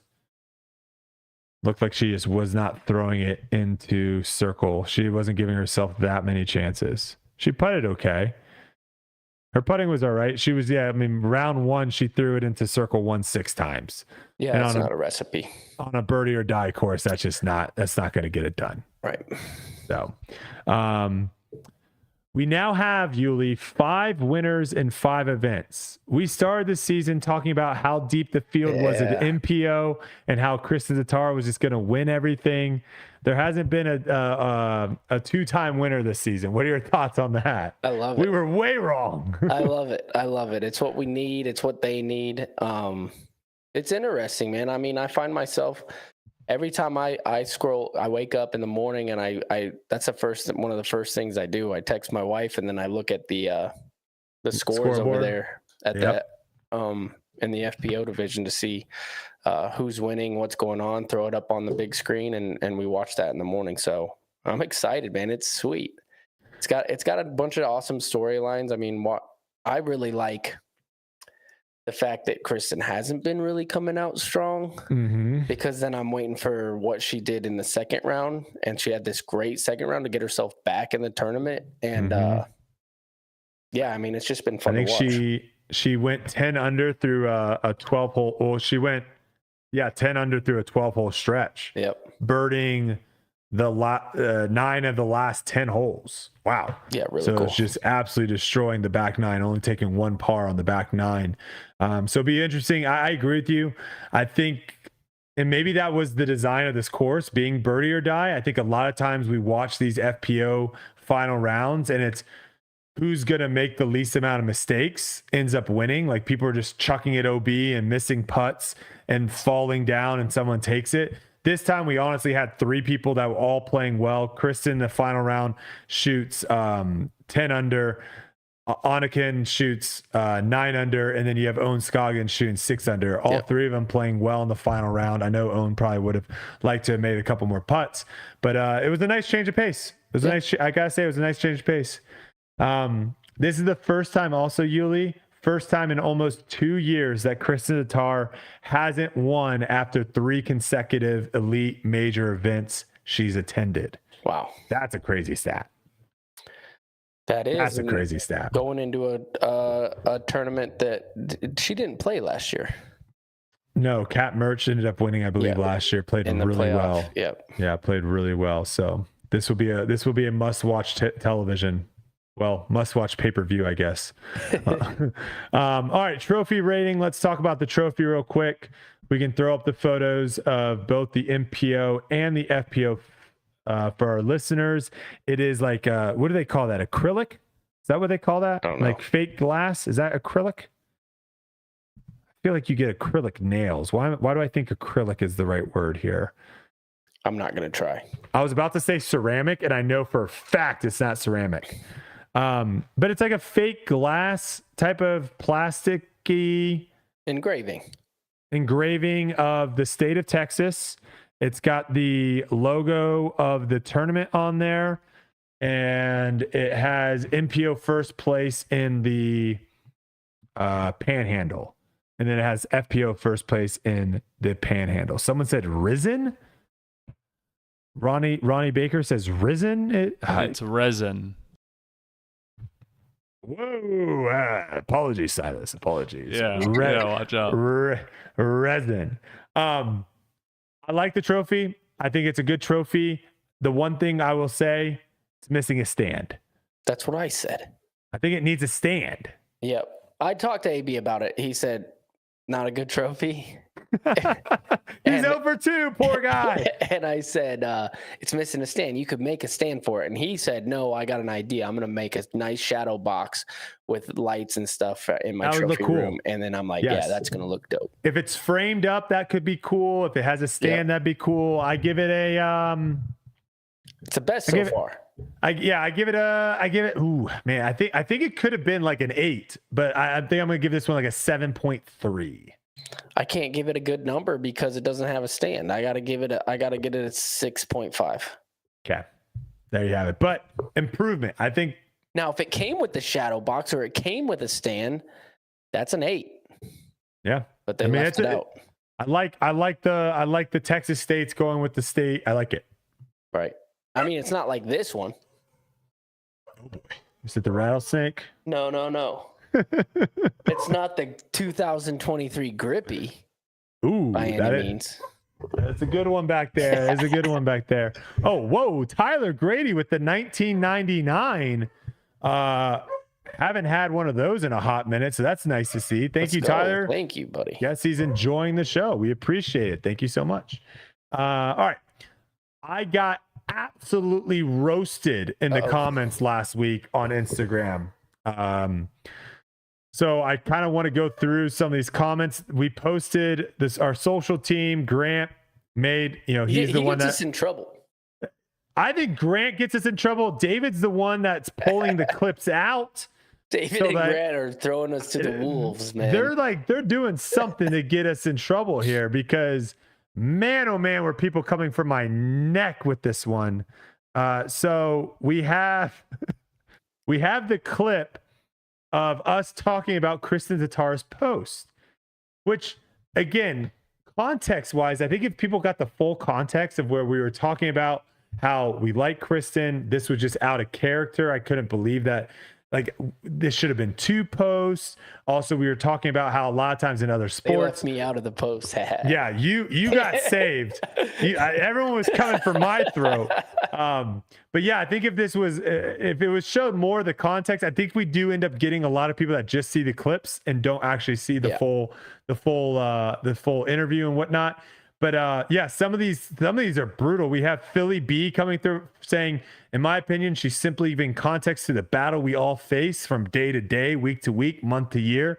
You can be the best player in the world and still struggle versus life and its circumstances, but ultimately her message was perseverance. Sometimes you've just got to see it through, no matter how amazing you are at what you do. Sometimes you're going to struggle. See it through and persevere. Kristin took some licks physically and mentally. She's already back. She may not be on the lead card today, but she's definitely got 10 toes on the ground, and they're all pointing the same. Like, I don't know what people are thinking. Like, I was just saying, like, is this a sign of Kristin maybe feeling the pressure a little bit? This guy says, this person, well, I don't know if this is a guy or not. I can't tell the comments so small. It says, I rarely make comments, but I feel inclined for this one. For whatever reason, I guess she felt the need to explain why she didn't play up to her potential. I'm thinking she is trying to engage with her fans, which is totally fine. But in the past decade, it is very common for pros to post about their injuries, and it does sound like they used it to explain why they didn't play well, to each their own. However, I do know one pro that has played for decades and has gone through multiple injuries that nobody knows about because he never talked about it or made excuses, and that's the legend of the Northeast, Steve Brinster. Yeah, that's Leslie Brinster. That's his wife. I read that comment. Oh, there you go. Okay. Someone said you missed the entire fairway with this conjured up conclusion. Someone, Saf says, why haven't you won anything? Boys, stop. Someone said disagree. Sam Takes Notes said disagree with this take. She played poorly one tournament and she posted about why she feels it happened while trying to spin it in a competitive and positive way. I'm going to stop you right there. Listen, this is this is what happens when you're the best. Stands, a bunch of Kristin stands. That's all good, but when you're the best player in the world, you're going to have this stuff. It comes with the territory. You don't just get to skate through and do whatever you want without anybody noticing.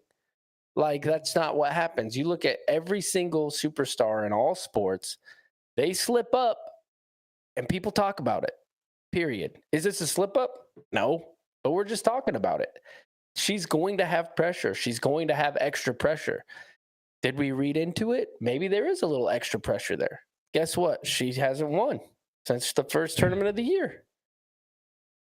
I mean, we thought she was going to win every event. Exactly. So that's what happens. You know what? When Macbeth was winning every single tournament, what did we do? What was it? When we first started this podcast, he was still winning here and there. Yep. And now he's leaking. Yeah. And guess what? He's leaked so bad that we don't talk about him.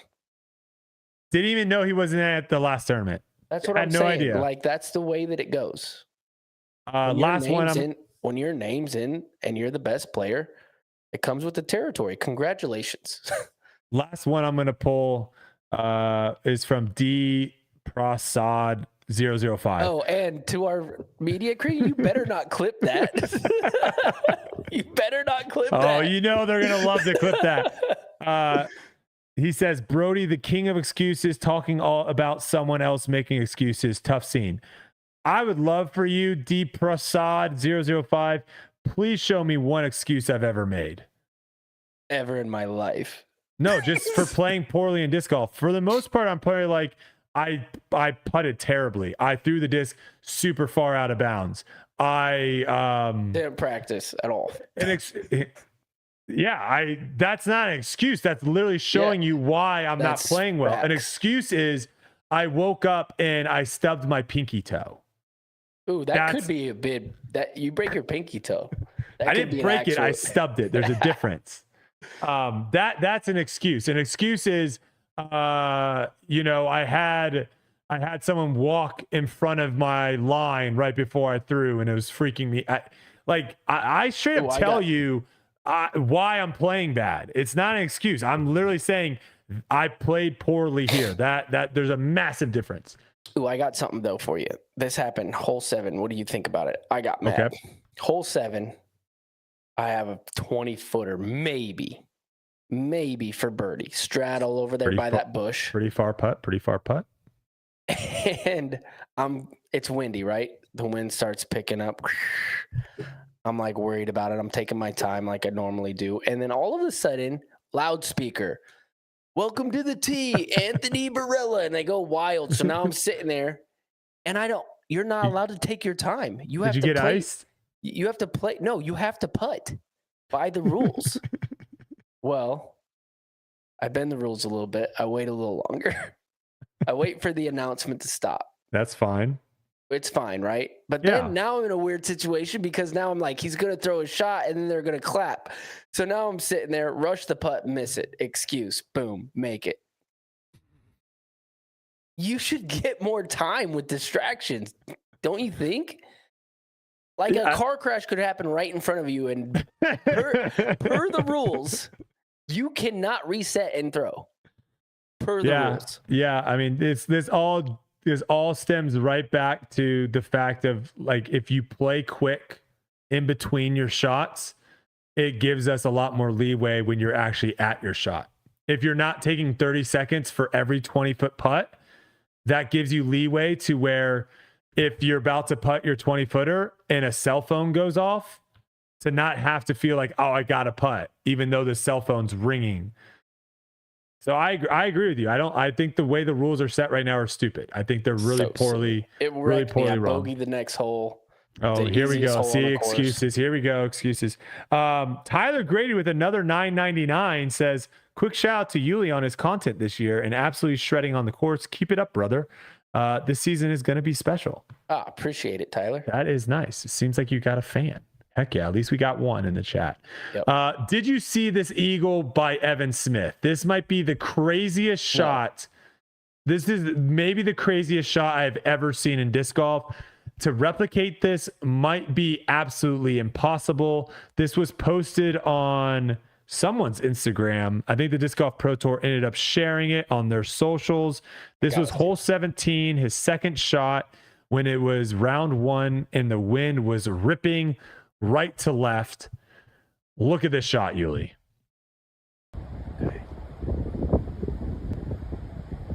Throws a nice hyzer. Skips right of the basket. The wind pushes it backwards into the basket. It skipped right in front of the basket and skipped probably 3 to 4 feet right of the basket, and a big gust of wind came and shot it backwards into the basket. Oh, wow. I don't know if you could replicate that shot. Well, no. It was the Wild Eagle, but I had to give a shout out to Evan Smith for that. Very impressive stuff. Very. Super lucky, but nonetheless impressive. The Disc Golf Pro Tour released a new scores and stats page. They also released a statement with it saying additional features, pages, stats, and analytics will become available in the coming months. Coming months?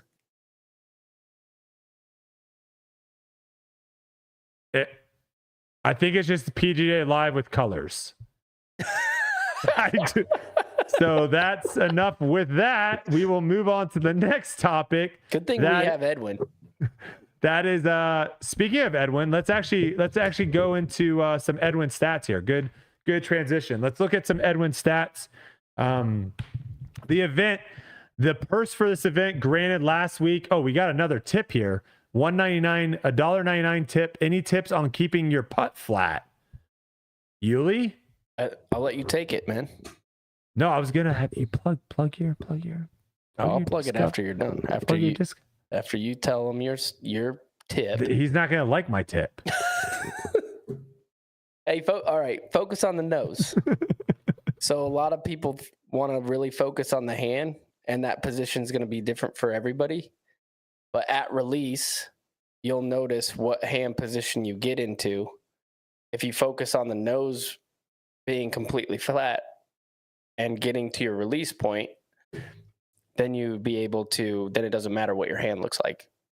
So I would say go away from the basket first thing and start putting just in the air and try to get your putt flat. Learn your release point and then work on it from there. Too many people are so focused on making putts into the basket that they don't focus on actual form and release, which I believe is the most important thing. You can go over to my Power Disc Golf Academy and check it out. We're giving out memberships right now. We're almost to 9,000 members, Brodie. Jeez. You guys going to have a 10,000 member party? I hope so. I wish we had 9,000 Tour Life crew members. That would be cool. Tell them. If you got to tell them to come over and be a Tour Life crew member. Exactly. All right. So let's pull up some Edwin stats real quick. So Brock Park, which maybe the actual name was Brock Premier. Did you see that? Is that what they're going with? Brock Purdy Park. Brock Purdy Park. It was the fifth easiest course ever. Fifth easiest course that we have played since 2023. You look at Anthony Barela. Anthony Barela becomes the seventh player ever to win two of the first four events. A list that includes Ken Climo, Paul Macbeth, Barry Schultz. That's a pretty good list to be a part of. His birdie rate for this event was 72% was his birdie rate. So he was birding almost every, out of 4 holes, he was birding almost every 3 holes. Best of his career. One of only 3 players since 2019 with a birdie rate higher than 70%. His Circle 1 in green regulations was almost 70%, which is the 6th highest event rate since 2019. He was throwing the disc really well. He was putting really well. Key numbers to look at: 31st AB's rank on the 2023 money list if he didn't play another tournament this year. So the $30,100 that he's won so far this year, if he didn't play any more, he would have ended up 31st on the money list last year. So he's made some nice quiche. Some other numbers to look at here. Ezra ended up putting up some career numbers. Gannon played incredibly well, just came up short. Uli, you're still dominating in Circle 1. And Brandon Sides, let's talk about this kid in a second here. So Ezra tied for best birdie rate of his career with 63%. That was 3rd for the event. He led the event in Circle 2 putting, like we had mentioned before. Gannon Burr, Macbeth was the only player to birdie the back 9 in the final round and win. That was 2019 Ledgestone. There you go. Wow. Paul Ulibarri you led the tournament with 95% C1X putting, which is insane with how windy it was in round one. That's absolutely nuts. You've only missed 11 of 113.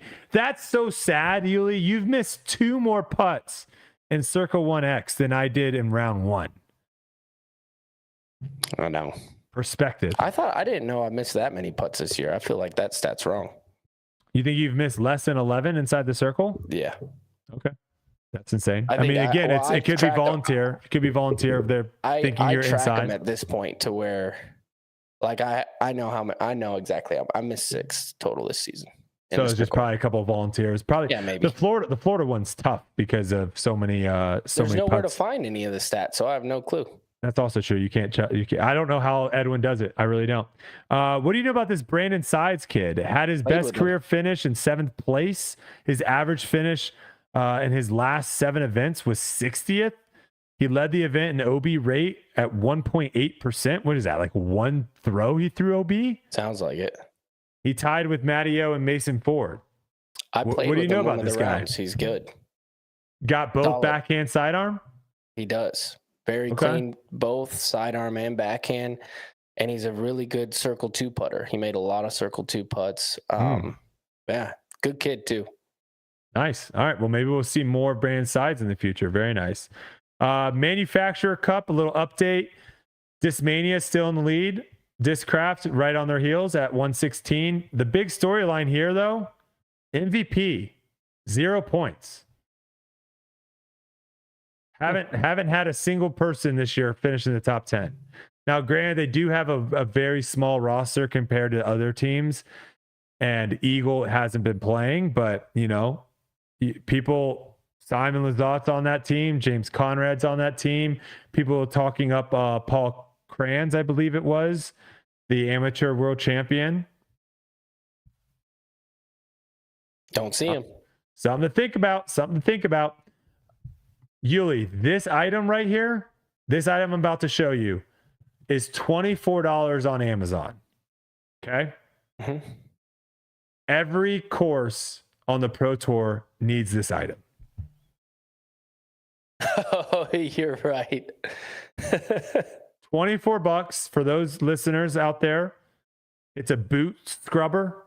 It's just one of those little, it's got hard bristles on the bottom, hard bristles on the side. You just, rub your feet in there a couple times, get all the mud, all the junk off your feet so you don't track it onto the tee pad and make the tee pad bad. $24. $24. I bet if you bought 20 of them, I bet they'd give you a deal. I bet you could give them for $20 a piece. $400. I'll sponsor one. $400. Put my Uli logo on there. And then you just you either leave it at the course and you make the course nicer moving forward, or you unscrew them and you move them on to the next course. Something to think about. All right, this is not the wild story of the week. We've got one coming up, but it was Gavin's story about the cat. Oh, that was a crazy one. We have another one, but this might be and I'm sorry, Uli, for saying this because I know how much time you took into acting to be really good at that commercial where you're whispering and all that. I get it. I see the photography skills of where you got the Zoolander face and all that. This is the best promotion for a Zuca cart of all time. This guy got rear-ended and his Zuca cart was in his back seat, his trunk. And he had his I believe his toddler was in the back seat, and the tow truck driver basically said, who has seen many of these, thought that the Zuca car basically made instead of pushing, instead of the car basically pushing and crunching in on itself, it kind of crumpled. You can kind of see, like, it almost looks like a hearse. If you go to that second photo, Silas, that second photo, it looks like a hearse of where it's like crumpled down. And you look at this Zuca cart in the last photo, it's untouched. This Zuca cart is untouched. Perfect. And I mean, that's got to be the greatest. That's got to be the greatest thing of all time. Might have saved this kid's life. Who knows? Maybe. Edwin also wants me to remind everyone listening and watching real quick. He's going to start a new thing called Edwin Stats Early Bird Trivia. It's starting next week. It's going to start about 15 to 10 minutes before the show goes live. So between 7:45 and 7:50, jump into the live stream. He's going to be asking a trivia question. The first person to answer the trivia question, Edwin Stats will be taking a Frisbee from his personal collection and sending it to you. Wow, so that's Edwin. That's a fun little game that we'll have. So make sure you join the live stream early, get in the chat. I normally jump into the chat 10 minutes before to talk to our Tour Life crew members. So that's a nice little perk for some of our Tour Life crew members there. A little Edwin Stats Early Bird Trivia. Make sure you don't miss out on the first one next week. Yes, you do have to be a Tour Life crew member. All right, Wild Story of the Week comes from, this one's anonymous. These are normally the crazy ones. Okay. Here. All right. Was playing in a local C tier in MA2, played a good first round, shooting around 930 rated, ended up on lead card with a local that has a bit of a reputation as a hothead. While waiting for the second round to start and chatting with the hothead, who I was just meeting for the first time, he is giving me a lecture on how to handle the pressure of big tournaments. I'm sure you can see my eyes rolling just reading this message.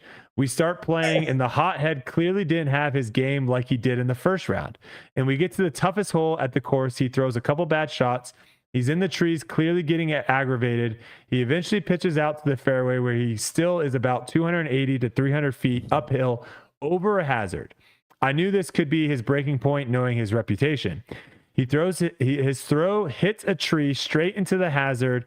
He starts freaking out, kicks his bag. I'm standing nearest to him, and he starts showing me his hand, and it's shaking. He starts yelling at me to take his pulse. I looked at him and said, "No thanks, bro. If it's still beating, I think you're good." Needless to say, he didn't handle the pressure. Wait, what? Was he having a heart attack? Or like a mental break? Wait, what? This story just completely switched on me. Does he have like an actual problem? No thanks, bud. It's still, you're good. What just happened? He might have been like actually having a mental breakdown. Yeah. I've never had my hand shake like that. Do you have doctor hands, Uli? Yes. You do? I think I do too. I don't move. I have like misshaped hands from disc golf though. They're all like,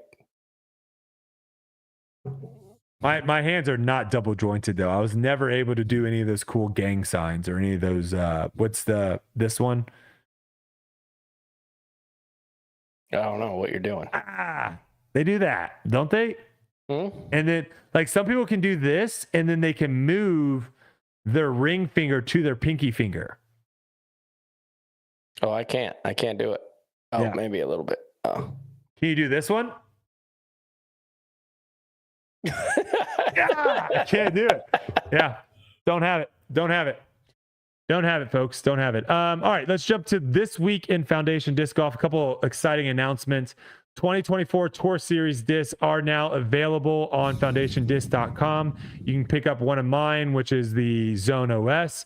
Really cool plastic, crystal flex, really nice. I actually threw a couple times this past week in the heavy winds, and that was actually surprisingly very nice. We also have our April sub boxes available right now. So if you're trying to get one of those cool sub boxes where we send you a couple Frisbees every month, definitely go check that out as well. And the retail store grand reopening is on April 12th. Silas, you want to talk a little bit about that? What's going on right now up there?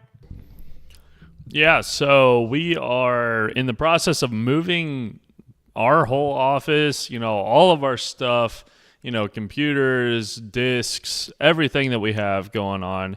And it's going to be bigger. It's going to be better. We're going to have a tech disc in there. Ooh, so people yes. can go and see how fast they throw and try and beat the record. Ooh. So it's going to be a really good time. And, it's going to be good for the community and as well as all the Foundation fans out there, because we're going to be doing a little special wall, like a little museum type thing. Love that. So it's going to be good. Yeah, good time. I think we have something going on to the day of the event too. I think we're going to be giving out some specials and stuff like that I as think well. there's a foundation versus the nation as well. Nice. I believe so. So make sure you go over to Foundation Disc Golf on Instagram for more details on that. But that's going to be a really fun thing too come Worlds, because we're going to have so many pros probably hopefully coming through. Me and Uli probably will do a signing or something there during the week. We'll have probably some sort of bounty of who can throw the fastest on the tech disc. So definitely going to be a much better location when Worlds rolls around. Silas, what's your numbers? What's your numbers looking like on that tech? Silas can whip it. Yeah, on that tech disc. Probably in the 60s. Okay. I'm hitting like 50, 55, 60. That's my average. What's your spin rate? I have no clue. Yeah, we need to do a little I need a Uli Uli lesson. Yeah. That's what I need. Get him in that 70. I mean, with his frame, he's bigger than me. What? Silas is like that's right, 6. Yeah, Silas, you're what, 6'6", maybe 6. Yeah, something like six that. and a half. Something like that. Yeah. Silas needs to be throwing those 70-mile-per-hour fastballs, man. Yeah. All right, let's jump into some listener questions here. This one comes from Eric. Much of disc golf's rules and terminology come from ball golf. Ball golf limits a player to 14 clubs in their bag. Discs are often compared to clubs. So what do you guys think of the rule of stating a player can only carry 15 discs? Thoughts on that? Sure. You like it? I think experimentation for something like that could be fun at one tournament. 40. You got your Zuca card. You can carry all you want. 43 in there this last weekend. I think it'd be cool for like an experimental event. Why not? Yeah, me too. Everybody looks at me like I'm crazy, but whatever. I got backups on backups. Kyle wants to know, would it help the pace of play to have golf cart shuttles to move a whole card of players between select holes? Or would this add the backups? Obviously, this would only work on traditional golf courses, but Lake Waco comes to mind of a place where after everyone taps out, they jump on a shuttle, which takes them to the next tee. I would say, he says maybe in wooded courses you use ATVs. I would say there's certain courses where we might have a long walk from one to the other, and I could see that be beneficial to where a walk that might be 5 minutes, we can take a shuttle and it gets us there in 30 seconds. But that's far and few between. Like that doesn't happen often. It's very rare. The longest walk was hole 7 to 8, and that was maybe a 2-minute walk over the bridge. So I don't think it would actually speed up all that often. Kyle wants to know, this might be the same Kyle, I'm not sure. Who chose the great fairy music from The Legend of Zelda for the pod's intro and outro music? Hearing this every time I listen to the pod always makes me smile. I don't think I've ever heard it. Yeah, who did choose that music? I chose it, and it's copyright free, so that's why I chose it. It just happens to be a Zelda remix. Did you know that it was very similar to a Zelda song? I did not, but I'm glad everybody loves it. I really am. I'll admit there you have it. Can you play it right now for Uli, or is that not possible? Do we have the technology? Yuli won't be able to hear it, no. Yeah, we don't have the technology. Man, sorry. I don't ever have fun on this thing. Get to have the fun stuff. Sorry, man. Sorry. Logan wants to know, do you think June through August is the prime time of the year for the Disc Golf Pro Tour to market people outside of disc golf, considering this is when the NBA and NHL end and there's only the MLB, and the Disc Golf Pro Tour has some of its biggest events during this time frame? Sure. Yeah, I mean, I think we can't compete against those top 4, right? No. Like, I don't think it makes any sense to try to be having a big event during March Madness, during the Super Bowl, during the NBA Finals. They definitely need to try to find a way to work around that. Dark and Stormy, he always has some good questions. He wants to know, with the first month of the season in the books, who are your early surprises? Maybe one good one and one bad one. He's got a list of a whole bunch of people. I mean, the first surprise has got to be Gavin. Yes. I think that's a good one. And then the bad one would be, I guess, Simon. Simon, no top 15s, missed cash at Waco. You've got Isaac Robinson, just one top 20, missed cash at Waco. James Conrad, one top 35 finish. Garrett Gerthy, no top 25 finishes, missed cash last 2 events. Kevin Jones, one finish inside the top 40. Paul Macbeth has made cash once. Chris Clemens, no top 30 finishes. Drew Gibson hasn't cashed. I mean, it's tough out there, folks. It's hard. Yeah. Very, very hard. Joseph Anderson's a good one. Oh, yeah. Joseph Anderson cashed 4 times with the top 10. T9, T27, T12, T34. Pretty good stuff. Good start for Joseph Anderson. All right, 2 more questions here. Bellis D wants to know, when are these winning ceremonies going to look professional? The ceremonies at my local junior soccer league look and are executed better. Geez, take your time to check the scorecards and let the winners have their moment with supporters and family. It looks not professional now. I agree. We've said it before. I swear I saw a Disc Golf Pro Tour email or announcement or something that said, guys, we're going to do scores first, and then we're going to do a trophy presentation after the fact. Nothing has changed. The TD is running in seconds after. It does look like they're now interviewing them after the scorecards. Yeah. So I guess that is changed. Like Perkins is having a little bit of time to, come up with maybe some questions and stuff, and he's done a good job with those. But yeah, I agree. I don't know. I don't love the TDs running in there right afterwards and handing them the trophy. Last question from Tyler. This is for me, actually. Do you feel any obligation to turn this season around for all the fans that have followed and supported you since the beginning of your disc golf journey? Or are you not intrinsically motivated by the thousands of fans that want nothing more than to see you give it your all? Yeah, I mean, it's in my back of my mind. I think at the end of the day, if you've stuck around with me long enough, you know that I always just follow what I love to do and follows my passion. And so, yeah, I mean, obviously it's tough when you have a bunch of people that are rooting for you, but I don't think that is enough for me to do something that I truly am not having fun doing. So I think it amplifies, right? So it amplifies both ways. When I'm not enjoying it myself and I'm not having fun, and you have a bunch of people being like, come on, man, come on, I'm rooting for you. Like that makes it harder. And then it amplifies it in the positive, where if I am having fun, I am enjoying myself, I'm making big scuba putts, I'm getting top 10 finishes, and I have a bunch of people, then it makes it even more better. It makes it even better. So, yeah, I mean, it's a double-edged sword there, I guess, right? But I don't know. I'm like I said at the beginning of the show, I'm motivated. I'm going to put my head down and stop talking about it and just practice these next 3 months or so and see where it ends up. So stay tuned for that. Uli, cool event coming up here.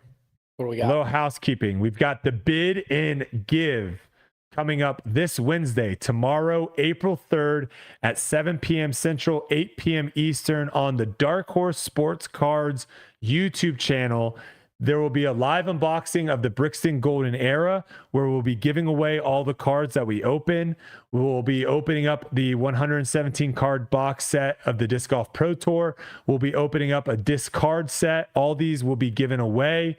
We'll be also doing a preview of the Disc Golf Pro Tour Relic Series. These are all one-of-one cards signed by some of your favorite and top disc golf pros on tour, MPO and FPO.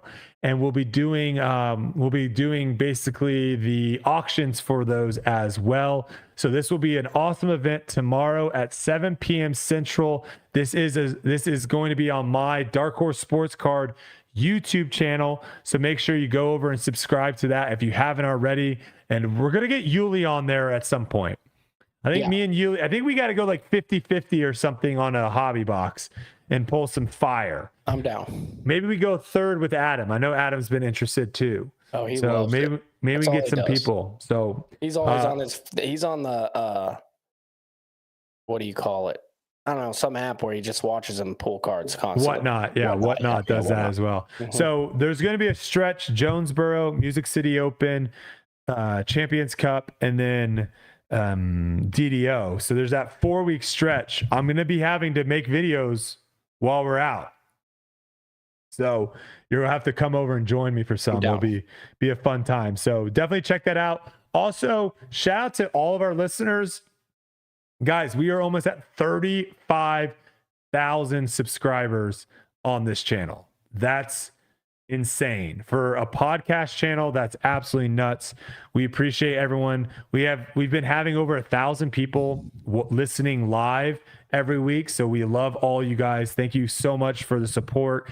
If you're listening somehow on YouTube and you're not subscribed yet, let's click that subscribe button. Let's kind of hit 35,000 before. Shout out to all of our Tour Life crew members, everyone in the chat. Thank you guys so much. Let's get a Tour Life merch update. Silas, what do we got? All right, so we got Grip Locked with 253. Okay, over the 250 mark. Good for them. Boys, we finally did it. Tour Life is at 300. We're at 300 pieces of merch sold. Wow. And good news, Uli. Because we hit 300, we actually ended up hitting our first ever sales bonus. So $100 will be going to Grant, who makes all of our clips. $100 will be going to David, who posts all our stuff on social medias and also breaks down the whole podcast. And $100 bonus will be going to the #1 producer in disc golf, Silas. Let's go. So thank you. Thank you to everyone that has bought something Tour Life merch off of the Foundation Disc Golf posts. We appreciate it. All that really supports the people that make this show what it is. And we really do appreciate all you guys. So Silas, what are you going to do with your $100 bonus? Should I buy some sports cards? Oh, you! Am I getting into the game? Get in there, baby. I don't know. I see you pull those cards, and it makes me want to buy some. Knowing Silas is going to buy a random pack and pull like the 1-of-1 refractor out of it. Because has he told his Super Bowl story, Uli? Have you heard this? All right, tell him what you did for the Super Bowl with the betting. Yeah, so basically, I hadn't signed up for any betting sites, and so Trevor's a big betting guy. Well, not big, but he knows. Whoa. Responsibly. Call 1-800-GAMBLER. No, but he was just like, hey, you should do this. You get basically free money. You deposit $5, you get $150. And so I was like, all right, why not? And so basically I just hedged against, one another, and I made like 500 some bucks off the Super Bowl. It was incredible. And That's then awesome for $5. He did the one thing that no one does, because the whole thing is like, it's so hard to get people to sign up, but then once you get them to sign up, it's so easy to throw more money in, right? Yeah. And so that's why they have all this crazy, deposit $100, get a free $100 bet. Yeah, he just didn't place another bet. No, I was out of there.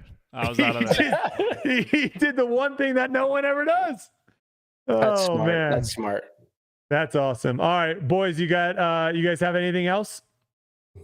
I got nothing, man. Oh, I do have a new Uli report out on my YouTube channel. People been loving that. Yeah, the thumbnail, the last one was fire, Uli. Thanks. That's my guy. Yeah. You can give him a shout out if you want. I don't know his name. Oh, okay. Well, he's a dark horse behind the scenes guy. Yeah, let me find it real quick. Yeah, he's crushing it. Stick around too. We still have 1,000 people watching. Stick around. We are going to play Anniken Steen's interview right after this. If you're unfamiliar with Anniken Steen, you are going to be a fan after this interview. I had a great time sit down talking with her earlier this week. She just landed in Finland. And it was 11 o'clock her time when she did the interview. And some great insight on FPO, some great insight on how she got into the game. And like I said, you're going to want to listen, because I think after this, you're going to be rooting for her the rest of the season, probably. I know his name's Blake, but I don't know his last name. All right. Well, shout out to Blake, Yuli's thumbnail guy on YouTube. Other than that, I think we're good to go. And Silas, we can roll into Anniken Steen's. We'll see you guys next week. Thanks for listening. All right, folks, I am now joined with the Texas State champion, Anniken Steen, Yeah, from Norway, hi. live from Norway right now. Directly from Norway. What Yes. is the current time over there? It's 11 o'clock p.m. And you just flew back today? I did. Well, yeah, I woke up 6 o'clock a.m. Monday morning, Okay. Houston time. Yeah. And I'm not like, I don't know, what time is it for you now? It's 4:00 in the afternoon On Tuesday. on Tuesday. Yeah. Yeah, It's about to be Wednesday over there. Yeah, I haven't slept yet, so this might be a great interview. I think everyone's really looking forward to it. I guess we'll just jump into the first question I have. all right. And this was kind of, I believe Nate Perkins interviewed you right after your win, and he asked the kind of same question, but in case people, maybe turned off before the interview, what does it feel like to be the first Norwegian player to have a win on the Disc Golf Pro Tour? I've had like a whole travel day trying to think through everything that has happened, and it's still very surreal to me. It is. I think I need a couple more days because my body hasn't really. I don't think it understands what has happened and how big of a deal it is for Norwegian disc golf. Yeah, how, I guess for us, for us in the States and for maybe some other people that aren't familiar with Norway, we hear all the time Finland disc golf is massive. Obviously, with Kristin Tattar, we hear how big it is in Estonia. What is the disc golf scene in Norway? Well, I would definitely say that it's growing, both on the MPO and FPO side. We're still not where Finland is, but I mean, I just made it to the national news, and that's like a really, really big deal. Wow. Yeah, So we've it's seen something. Yeah, we've seen kind of how crazy we've obviously have seen what Kristin Tattar has done in Estonia. Niklas won last week and he made headlines back in Finland, and now you're making headlines back in Norway. I've kind of said this from the get-go. Disc golf, I think, needs to lean in more to the European side, because the way the European, just the public and the sports media over there treats disc golf is vastly different than the way it treats it here in the States. I think, honestly, if we really wanted to try to see the biggest growth in disc golf, this is a crazy idea. If we did like a 180 and said, you know what, let's just do a couple events in the States and let's run everything in Europe, I think you actually might see like an explosion of the sport, just because it seems like over there, Anthony Barela won. It's not going to get picked up by anything. Not a single. Really? No, there will not be a single newspaper. I bet his local newspaper won't even write an article. It just, disc golf in the States is just so far down the totem pole, where over in Europe, it's awesome to see how much they love it over there. Well, yeah, I just hope Norway will eventually get to the stage where we have like Estonia and Finland. So it's like one step at a time here in Norway too. So you've been playing disc golf for a little bit. I kind of bounced on your PDGA stats or results page and looked, and you've been playing for a while. But did you have a sports background before you got into disc golf? Yeah, so I've been doing figure skating and track and field. Oh, wow. Not like internationally, only like here in Norway though. But yeah, I mean, first time I tried disc golf, I didn't really like it. I wasn't good at it at all. Because I had never really done, like for track and field, I was sprinting, and I also did like hurdles. Yep, hurdles. Yeah, What hurdles. do you guys call it? You guys call it something different over there? No, it's kind of the same meaning. Okay, but it's in a different language. Yes. Yeah, Okay. Yeah. So you were naturally kind of gifted in sprinting and hurdles, and when it came to disc golf, not so much. No. No, not really. I wasn't good like throwing anything. Like I still can't throw a ball. I'm so bad at throwing a ball, like regular throw. But at If you least could throw really well, you could be like a nasty softball pitcher. Lefties. softball. You know that like left-handed are like kind of prime for baseball and softball because the ball comes at a different spin and a different release point. I So had like, no idea. yeah, because like most Oh. people are right-handed, so everyone's kind of used to a ball releasing here. So if you have someone that's really good at throwing lefty, it kind of messes with the hitters' minds. But continue on, because I want to hear a little bit more about this figure skating background. Has that translated to anything in disc golf, do you think? I think so. Like when I first started trying to actually be good at disc golf, I was thinking a lot about like the rotation.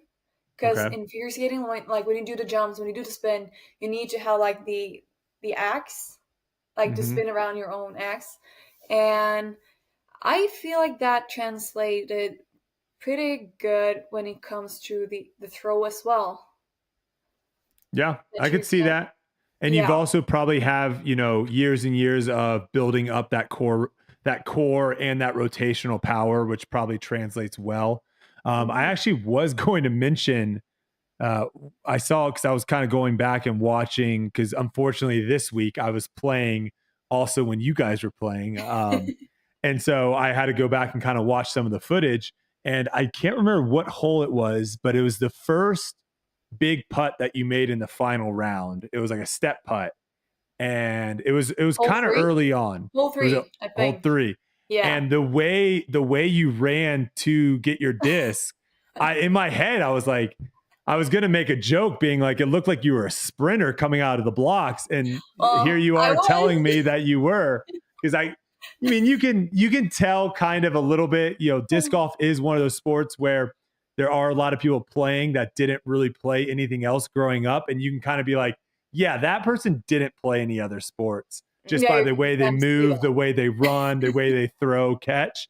And seeing you run, I was like, that looks like someone that knows how to run. So that's funny that you actually have that background.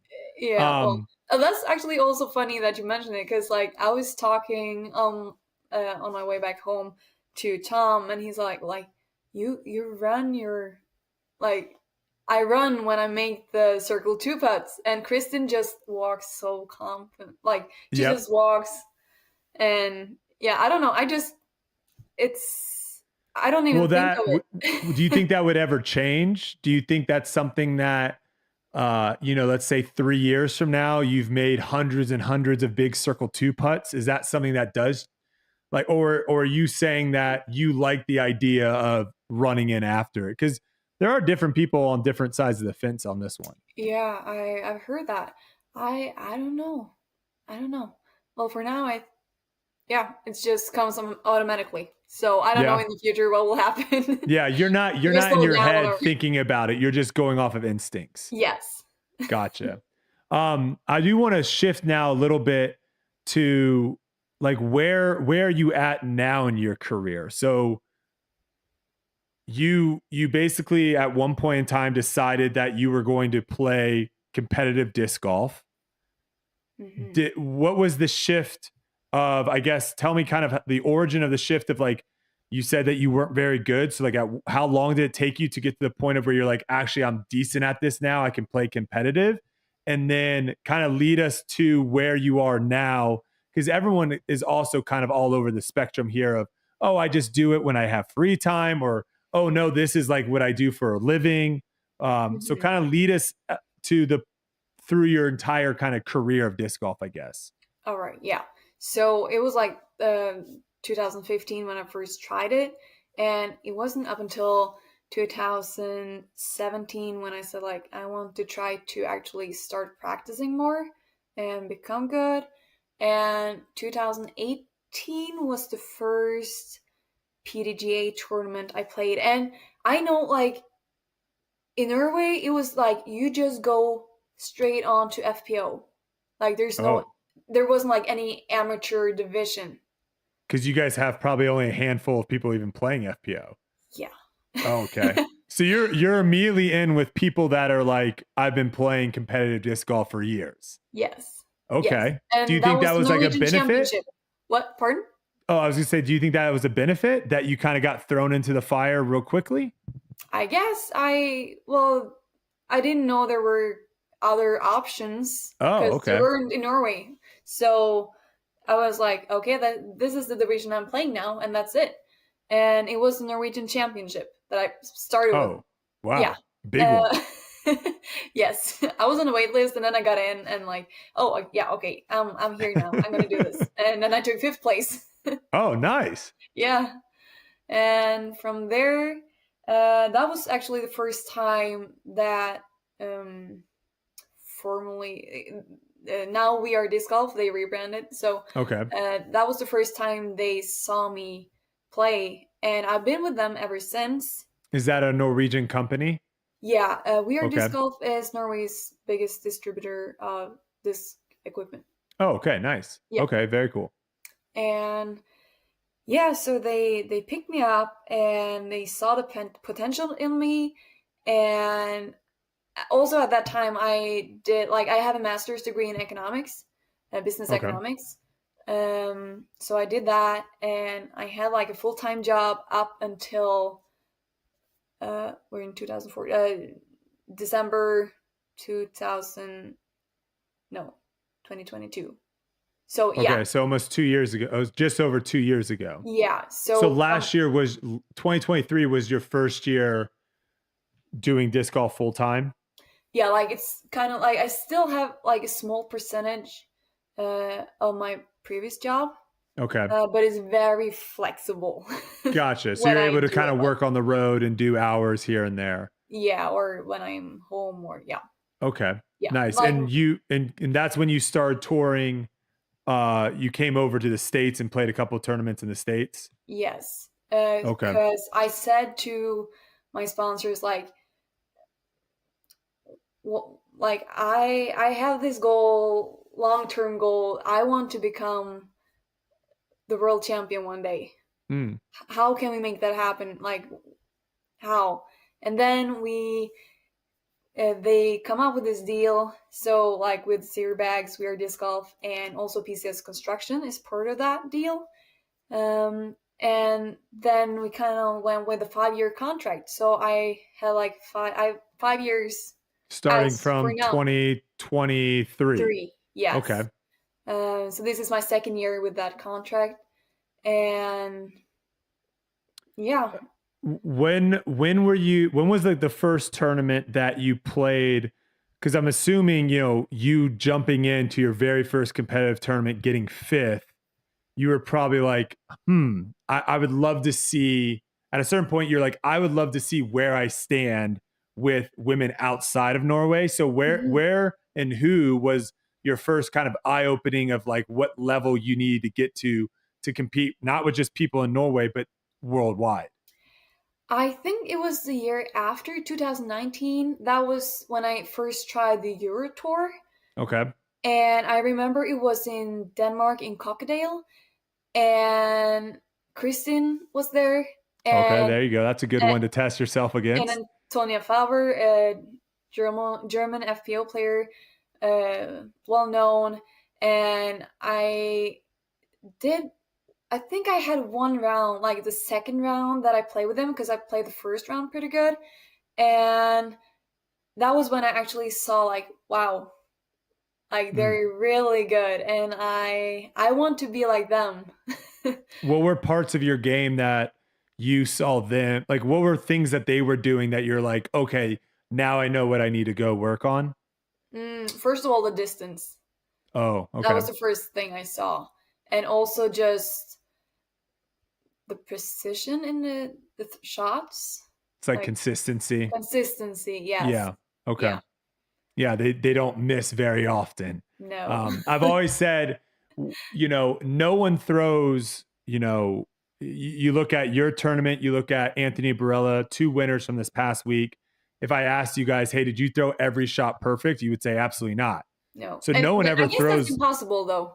Yes, no one ever throws a perfect shot, but the people that win, their bad shots or when they mess up aren't really that bad. And I think that's where it is like everyone throws bad shots, but the people at the top, their bad shots are way better than the people at the bottom's bad shots, right? Exactly. So, okay, so you went and saw Kristin, got to kind of see where you were at, and then, you know, having this big lofty goal of I want to be a world champion.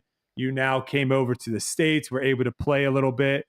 You actually found some success at some tournaments. I remember last year seeing your name pop up on a couple leaderboards, and, you know, I'm paying attention as best as I can. It's a little bit more difficult to pay attention to MPO and FPO, but I saw your name pop up. I think I saw you play a little bit, and I feel like I'm a decent judgment of, you know, that was one of my things for Ultimate Frisbee was being able to, you know, pick kids to be on the team of like, this kid's got potential or this kid doesn't. And I remember watching you throw, watching you putt, thinking in my head, this could be someone that could be a problem on the FPO at some point, right? Just with your style of playing and your putting. And here you are actually winning. What other, I guess, improvements other than distance and consistency kind of led to where you are now? Because you made, I mean, from jumping into a tournament for your first time to now winning on tour, that's a very short time frame for being able to do that. So what are some things that you worked on? Maybe different practice regimens? Did you practice a lot more? What were things that kind of led to get your first win? Well, I mean, when I first got the deal that I could have this as my main job last year, I was able to practice way more and also take the time for rest, because I think that's really important for the body to function on the course, right? And also, yeah, just having more time to practice. Like during off season now, I mostly been inside the garage throwing. Okay. Yeah. A lot of throwing into nets and putting inside. Yeah. We have the basket inside our house, and yeah. All right. I think we're back. Sorry about that. A little technical issues, but we're good to go. I think we left off with you kind of explaining your off season or your practice regimen, where you were basically doing a lot of work inside your house, throwing into a net, putting inside. How much practice are you getting going into the season outside? I mean, is it even feasible over in Norway? No, I haven't really practiced out here in Norway, but we went to Spain for 12 days before I came to the States. So that was pretty much it. How much of a difference is it when you have been throwing inside all, you know, for months, and then you go outside and you start having to throw, you know, with wind and whatnot? Yeah, that is kind of an issue, because I mean, I was focusing on changing like my form. Okay. What are some things that you were working on? It was like aligning my body better to actually, like what we talked about, like having the right the axe turn around it and not fall over to my left foot. Okay. Like, yeah.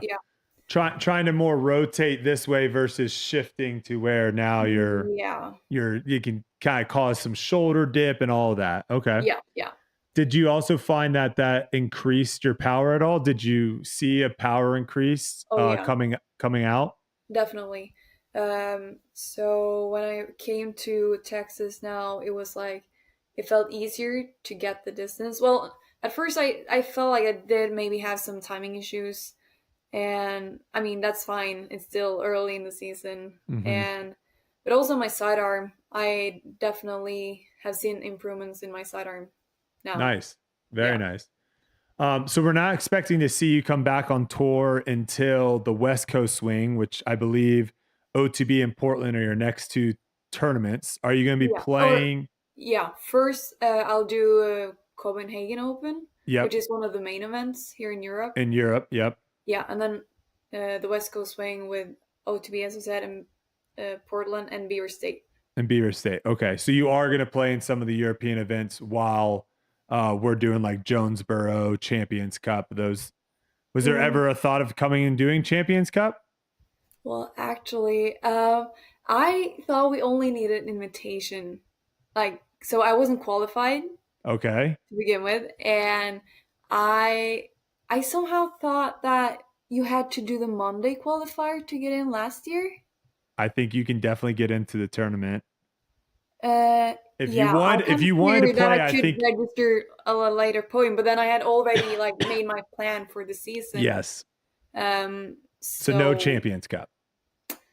No. Okay. Yeah. I was gonna say, I'm sure they would be able to somehow find a way to get you into that tournament. It would be crazy to me that a winner on tour wasn't able to play in the first, or I guess the second major of the year. So outside of that, that's as far as I know, that's all that you've posted. Is there any changes? Does this win make any changes towards the end of your season? Well, I haven't posted the full schedule yet. So I'll do the West Coast swing, and then I'll do the rest of the Europe swing. Okay. During the summertime, and I now just got qualified for European Open, which is great. And then I'll come back for Worlds and whatever I'm qualified for after moving that, forward. I guess. Okay. Yeah. Okay. I mean, to me, I think you should be able to play in any event that you want to play. And I don't know if that is necessarily the case, but I think you have an argument. If you win a tour event, you should be able to, for where the field is right now. I could see in the future, yes, maybe that doesn't work. Maybe if you win an event, you can qualify into, 4 or 6 of the next events or something like that. But the way that the FPO field, as far as the depth goes, a winner should just be able to automatically get into every event that they want to. I don't know if that's the case, but if it isn't, I had to look into that to see how it works, or if it's still just the points. Well, you got my vote. If it comes down to social pressure, right. you have my vote there. Thank you. So you talked about you were increasing your distance. What is your typical stock distance off the tee? Well, I haven't really had time to measure it right now, but I think it's I feel like I'm more comfortable throwing. Are you good with meters? Yeah. I think everyone's decent with meters. I wouldn't say I'm great. Yeah. I would say decent. I think 110, maybe closer to 115 meters. Okay, so that's basically that's close to I want to say 350 feet to 360 feet. Something like that, I guess. Okay, yeah. Gotcha. Yeah. So there was a couple holes this past weekend that was kind of toward a couple par threes where it was pretty much close to your max distance. I think there was a couple that were 360 feet plus par threes. Let's now that we're talking about the actual disc golf this past week, let's jump into going in. I'm just gonna go straight into the final round because I think your first round super consistent, second round super consistent, and from everyone that played, it looked like you were. Kristin had an incredible second round, didn't play that great her first round. Owen had 2 pretty decent rounds as well, but from everyone, it looked like you just were went out, followed a game plan, executed. Second day, went out, followed a game plan, executed. And so now you're going into the final round. You're tied with Owen Scoggins, who is having an incredible start of her season. And then you have 3 shots ahead of what I have said, the best female disc golfer we have ever seen, Kristin Tattar. What is that feeling going in that night? Not even the day. You're now trying to figure out how to go to sleep. How is that? How is that whole process? Oh, so that evening was I had a lot of nerves, and I told I was staying with Katharina, Haiti, and Linus. Okay. And I said I want to play Uno. I want to do something. So we played Uno, and we just had a lot of fun doing that, and also some other games, and and then Haiti and Katharina went to bed, and I was still I can't, I'm not ready to go to bed yet. I still need to calm down. And yeah, so me and Linus, we were just talking about like trying to plan maybe something for West Coast Swing, where to stay. Like, yeah. Just try to keep your mind busy. Yes, definitely. Is that looking back now, is that something that you are happy that you guys play first and you play in the morning versus your tee time being at 3:45 the next day, and now you're like, what am I doing all day? Right. I would probably had a harder time just having to wait the whole day. Like I didn't, yeah, when we do the US women's, and when we play later, it just messes up the routine. Yeah, it's a lot different, right? If having to, wake up and figure out what am I going to do all day before I go out and play. Yeah. All right, so now let's talk about you've somehow slept for however many hours you slept. You've woken up, you've got breakfast, you've made your way all the way now to the first tee, and you hear your name being called on the first tee. You hear, you have your competitors behind you. And at this point in time, you know that it's either Owen, you, or Kristin winning. Everyone else is pretty much out of the tournament. It's you three. What are the nerves now? What are the thoughts stepping onto the tee pad? Are you able to like lock into a different kind of mode, or how does that work? Yeah, well, at least for the two first days, I felt like I was nervous on hole 1, but nothing like day 3. I had way more nerves going into that, and it kind of was showing in my first shot. It was short, it was low, it was not good, and also but it was inbounds. But it was inbounds. It was inbounds, yes. And then again, the second shot, I was really not feeling it, and I wasn't really using it how I wanted to, and I almost thought that was OB. But it stopped, the fence was stopping in, luckily, and after that, they took birdies, and I had a par. I was happy with the par, moving on, next shot, and then I felt like, okay, I have nothing to lose, right? So I can just chill. I can continue with what I've been doing the other days and just following my routine, stick to that, and because I know how to do it.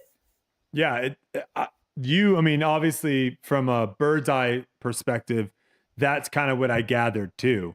Your first couple shots, very kind of uncommitted, of where you're like trying not to make a mistake. Yeah. And then it looked like you kind of settled in, and you're like, all right, we're playing disc golf today. Yeah. And let's see who can play the best disc golf. And you kind of settled into your round.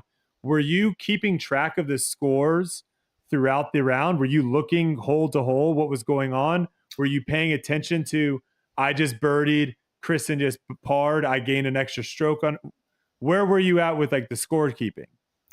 So I'm usually always bad at knowing what my score is, what other players' score is. So I think when I get to hole 3, I no idea.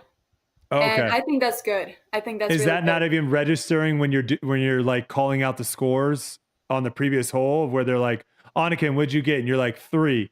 Kristin, what'd you get? 4. You're not like, ooh, I just beat Kristin by a stroke there. Is that not even registering? It's kind of, well, I do hear the scores, and I see them take the birdies, but then again, I guess it's almost like I forget where we started. Okay. And you're not looking at the score, the guy that's holding the scores either. Did you have one of those guys? No. Yeah, I think you did. Had it. I think so. I think they had that at the tournament. Okay, so you're not paying attention at all. At what point during the round do you like look? I'm assuming or are you going completely blind? We've heard people do it before, of where they tap out on 18. They're like, I had no idea I won. Yeah, no, I decided that I was gonna look at the scores on hole 17. I knew it. I had a feeling. Yes. The way you played that hole was beautiful. It was the exact way you should have played the hole. Yeah, so because I feel like my game plan would not have changed on any of the other holes anyways. Well, let's talk about that. What did you think of the course? Because watching it, I kind of felt the same way, of where other than hole, I want to say it might have been 8, I believe, that had the Mando kind of pinched on the dog leg. Other than that hole in 17 and 18, I had a hard time seeing anyone taking a bogey unless you like 3-putted, had a roll away. Yeah. So you kind of had to find, like, get on the birdie train. There wasn't like really, do you think that kind of helped you? Because you got to the point of where obviously you guys were all over the place. Owen took the lead for a little bit. Then I think Kristin tied for a little bit, but you always were either tied, 1 shot back, or in the lead. And then down the stretch, you were in the lead. Do you think that kind of played to your advantage of where you're like, hey, I just need to keep putting my pedal to the metal instead of having a bunch of holes where it's like, ooh, like, should I play safe here or should I be aggressive? Do you think that was advantageous for your first win? Yeah, I think so. Just not having to think and make hard decisions on every hole.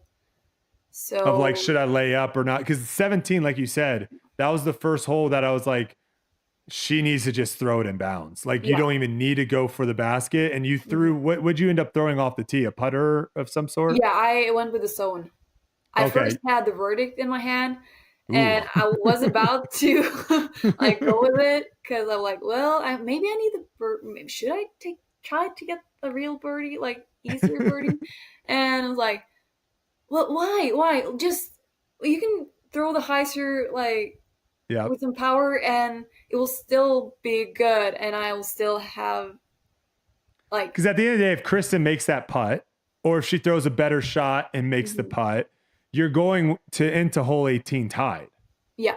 So you still have the ability to win the tournament. You're not losing the tournament by laying up there. Yeah. But you definitely could have put yourself in a terrible spot if you throw OB on that drive. So thankfully you didn't. And then 18, how nervy were you when that disc released your hand that it came out a little high and was heading to the tree? Oh my, yeah. So I'm trying. Like, my game plan is to go with compass on the right side of the tree because there's a lot of room. But people didn't see that was what I was trying to do because it didn't happen. Did you ever practice the forehand, the lefty forehand on that hole? Or is that too far of a cover to comfortably throw a forehand across? No, I guess I could have done that, but I think it just felt more natural to go backhand. Yeah, because you have like a lot of room on the right side rather than if I go skipping towards the OB. Yes. Yeah, I thought you did a great job of that as well, throwing the shots that always were, if you did miss your mark, it was always going away from the OB versus towards the OB on, a handful of those shots kind of that you were throwing with OB on down the fairway. What point, like, did you know instantly as soon as Kristin's disc went OB, did you know, like, all right, I just won this tournament? Well, my brain was working really hard to try to calculate the numbers. Yeah, I was just. That's where you should turn around, look at the score, and be like, "Oh wait, I'm up by 1. This is over." I did so much calculation in my head right there, and I was like, "Wait, what does that mean?" And I was looking at one guy in the crowd. I was thinking about it today. Like I was looking at some guy in the crowd, and he was nodding, and I'm like, like, it's happening. And then we had the long walk to get to the basket. Yes. And I did have to ask Sarah, like, can I lay this up? Who did you end up asking? I asked Sarah because I was like, oh, Holcomb. Oh, okay. Yeah, Holcomb. Yeah, because I was like, I couldn't think clear. You need a secondary opinion. Yeah, this is where I think having a caddy. Missy Gannon was on the podcast last week. Her husband's on the bag for her, and they have a thing of where she doesn't really have him tell her scores at all, but he will say something like, "Hey, you need to birdie this hole." If like the scores start getting like close, right? And they had I think they had a buffer of like 2 shots or something of where if it got to that point. So like that would have been a perfect time for you to have a caddy to be like, no, you lay this up Yeah. 1000%, and they give you that reassurance. Because we've seen it before. I don't know if you paid attention I believe it was 2 years ago when Paul Macbeth and Kyle Klein were going down the wire to USDGC. Kyle Klein's score, I believe, was imported incorrectly into the PDGA live. Like one of the, because we have his volunteers doing it, right? Yeah. And so the volunteer put it in incorrectly. And so I don't know how much you can trust that. Now it's a little bit better because it shows up when there's like a conflict, right? Yeah. And you can't really move forward. But still, like I'm with you too, of where it's like, I want to like double, triple check. Like, can I lay this up? Yeah. So once Sarah basically was like, yes, you're good to go, then that kind of clicked of like, holy cow, I just won. Yeah, then I was like, what did I just do now? But I knew, like, that was when my hands really started to shake. Oh geez. Oh geez. And for that, I was terrified to mess up that last upshot because I almost couldn't feel my hand. Yeah. It was just all that I had to like just try to shake it off. And so you got putt right-handed. Oh well, that would be better. Take the pressure off. Yes. So it's nice. It's nice though that it's one of those situations of where you just have to put yourself in those positions to where that can happen, right? You got the lead, and had you had a birdie hole 18, who knows what would have ended up happening, but you played so well that you didn't have to do that. Right. And now you have that under your belt to where you have felt the pressure. I mean, the tee shot on hole 18 had to feel like the most nervous shot, scariest shot ever. And it's not like you have some random person behind you that you're like, oh, they could maybe mess up. You're like, no, they're probably going to birdie this hole. Yeah. And I was looking at Kristin's shot and I thought that was parked. It took a big skip, but yeah, it came in quick, and that can happen out there. Yeah. So now you have that experience, so you know what it feels like. And so now, I think we're all looking forward to hopefully you getting back to that point and actually having like maybe a Nicklaus moment of where you have to make the putt to win, right? Because I think in the moment we all want your situation of where it's like, oh, I can just lay up, tap in, and win. But dreaming, I think we all would love to have like that 30-footer. Right. And you make it, crowd goes nuts and all that. So hopefully you get that moment. Who knows? Maybe it'd be at the World Championship. That would be the best spot to do it at. Oh yeah. Okay. Next question. I have a couple more and then we'll let you go because I know it's getting late there. Do you feel, you've mentioned your distance, that was one area that you needed to work on. Do you feel like there are certain courses that you can't compete to win? Well, there's a reason why I don't play Jonesboro. Okay.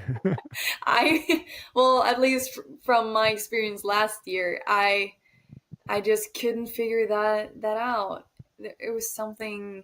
Are there some holes that are just kind of too far? Because that's one thing that I think is a big difference right now for some FPO players and others is there are some FPO players that can only, and this is what I've talked about, like with Owen Scoggins. She's got a great backhand and a great forehand, but she throws flex shots. She doesn't have a hyzer flip that can turn and get max distance. And so some courses she goes to, she can maybe birdie 14 of the 18 holes. And she's having to beat people that could birdie all 18 holes. All of them. Yeah. Do you kind of feel that is like an area of your game that you still are looking to try to improve to where you're like, hey, I can go to any course, any tournament, and I can win my game? Because you have, I would say, watching you play, you have all the tools. You've got a great forehand, a great backhand. You can throw different angles. You have a great putt. The distance is like the only thing of like, if you could gain like 30 more feet, do you feel like that's something that you're going to try to figure out? Yeah, I mean, I'm looking at Haiti and how far she can throw. And that's kind of like, oh, I want to have that distance. It can make like the longer courses easier. But then again, because I didn't make my schedule before I know how far I could throw this season. Oh, okay. Yeah. So maybe Jonesboro would fit me better this year Than but last year. yeah, and especially also now that I have a more like a better sidearm, because I felt it didn't come up as a lefty friendly course somehow, or I I could just see that. yeah. Yeah. I think OTB also might be a good test for distance as well. Yeah. You know, and just kind of gauging your distance with, you know, some of the top throwers that you'll most likely be playing with. Because I'm assuming when you come back, you probably are going to be on one of the feature cards at OTB, or you should be on one of the feature cards at OTB. So that'll be exciting to watch. Okay, open bag. Is that going to stay open bag throughout this season? Have you gotten any emails? Have you gotten any calls after your win of, you know, manufacturers saying, hey? Well, I had someone reaching out like about like testing some discs. Okay. And yeah, and I do have a manager, so I'll forward whatever comes in to him. Is that something you're open to? Yeah, If like someone comes knocking and asking like, hey, we would like your sponsors that you currently have, would you be able to sign like a exclusive deal with a manufacturer? yeah, that will be possible. Like right now I love my bag being able to pick whatever I want to. But of course, if the right offers comes to the table, then yeah. Okay. Well, it's open for discussion. we have a few people that listen to this podcast, so if you guys are at all interested, I would highly, you know, what's the best way of reaching out to you? Through Instagram or yeah. Instagram DMs, and that will kind of get to your manager, and then you can go from there. Yeah. Okay, there you have it. All right, we're gonna end it. Last question. This is a fan favorite. People want to know pet peeves, and I always like asking this question to international players because I'm curious to see kind of what your pet peeves are. You know, how your pet peeves are different from players over here in the States. So, what is it that bugs you, drives you nuts, gets under your skin that either other players, competitors do, or some of your friends do at local, you know, when you're out playing with your friends or anything disc golf related pet peeves? Oh, that is a hard one though, because I usually don't like. I mean, You're unaffected. well, I try to at least, but one thing that comes to mind, I think it's like we have the word sin, like when you miss a putt, for instance, and or if it goes like, yeah, usually when someone says like, oh, sin, when I miss a putt, it's like it kind of means like, oh, like nice sorry, try. I'm sorry, or like, oh, that's yeah, and like, well, if it wasn't a good putt, then it's like I don't need to hear that.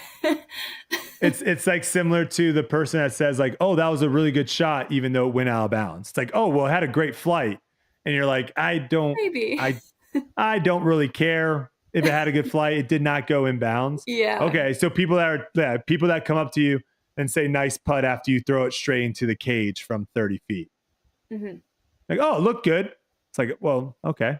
It did, cool. But I mean, I don't get affected by it, but it's something that I thought about before. Like, I don't think I need to hear it. You'd rather not hear it than actually do hear it. Yeah. Okay, fantastic. That's a good one. Hey, we never know what people are going to say. We've had people say all sorts of different answers on here, so that's a good one. Yeah. All right, I'll leave it with this. Anything else? Would you like to plug anything? Anything coming out? Do you have a disc maybe coming out from this past win? Anything like that? We're working on something, so yeah. Make sure to follow you on Instagram. Yes, Do you want to plug your Instagram? Post stuff there, yeah. What is your Instagram for those that aren't following? It's my name, Anniken Steen. Okay, there it is. Follow her. I think it is your name. Yes, I just double checked for you just to make sure. Go follow her over on Instagram if you guys want to stay updated. You will be playing Copenhagen then be coming back for OTB Open. I know we are all looking forward to seeing you play more on the Disc Golf Pro Tour because that was a very, very exciting tournament this past week. Thank you so much for joining the show. I'm sure everyone enjoyed it. And thank you everyone for listening this week on Tour Life. Hopefully it was a good show. I know there was a few technical difficulties here and there, but we appreciate you all for listening, and we'll see you in the next one. Take it easy.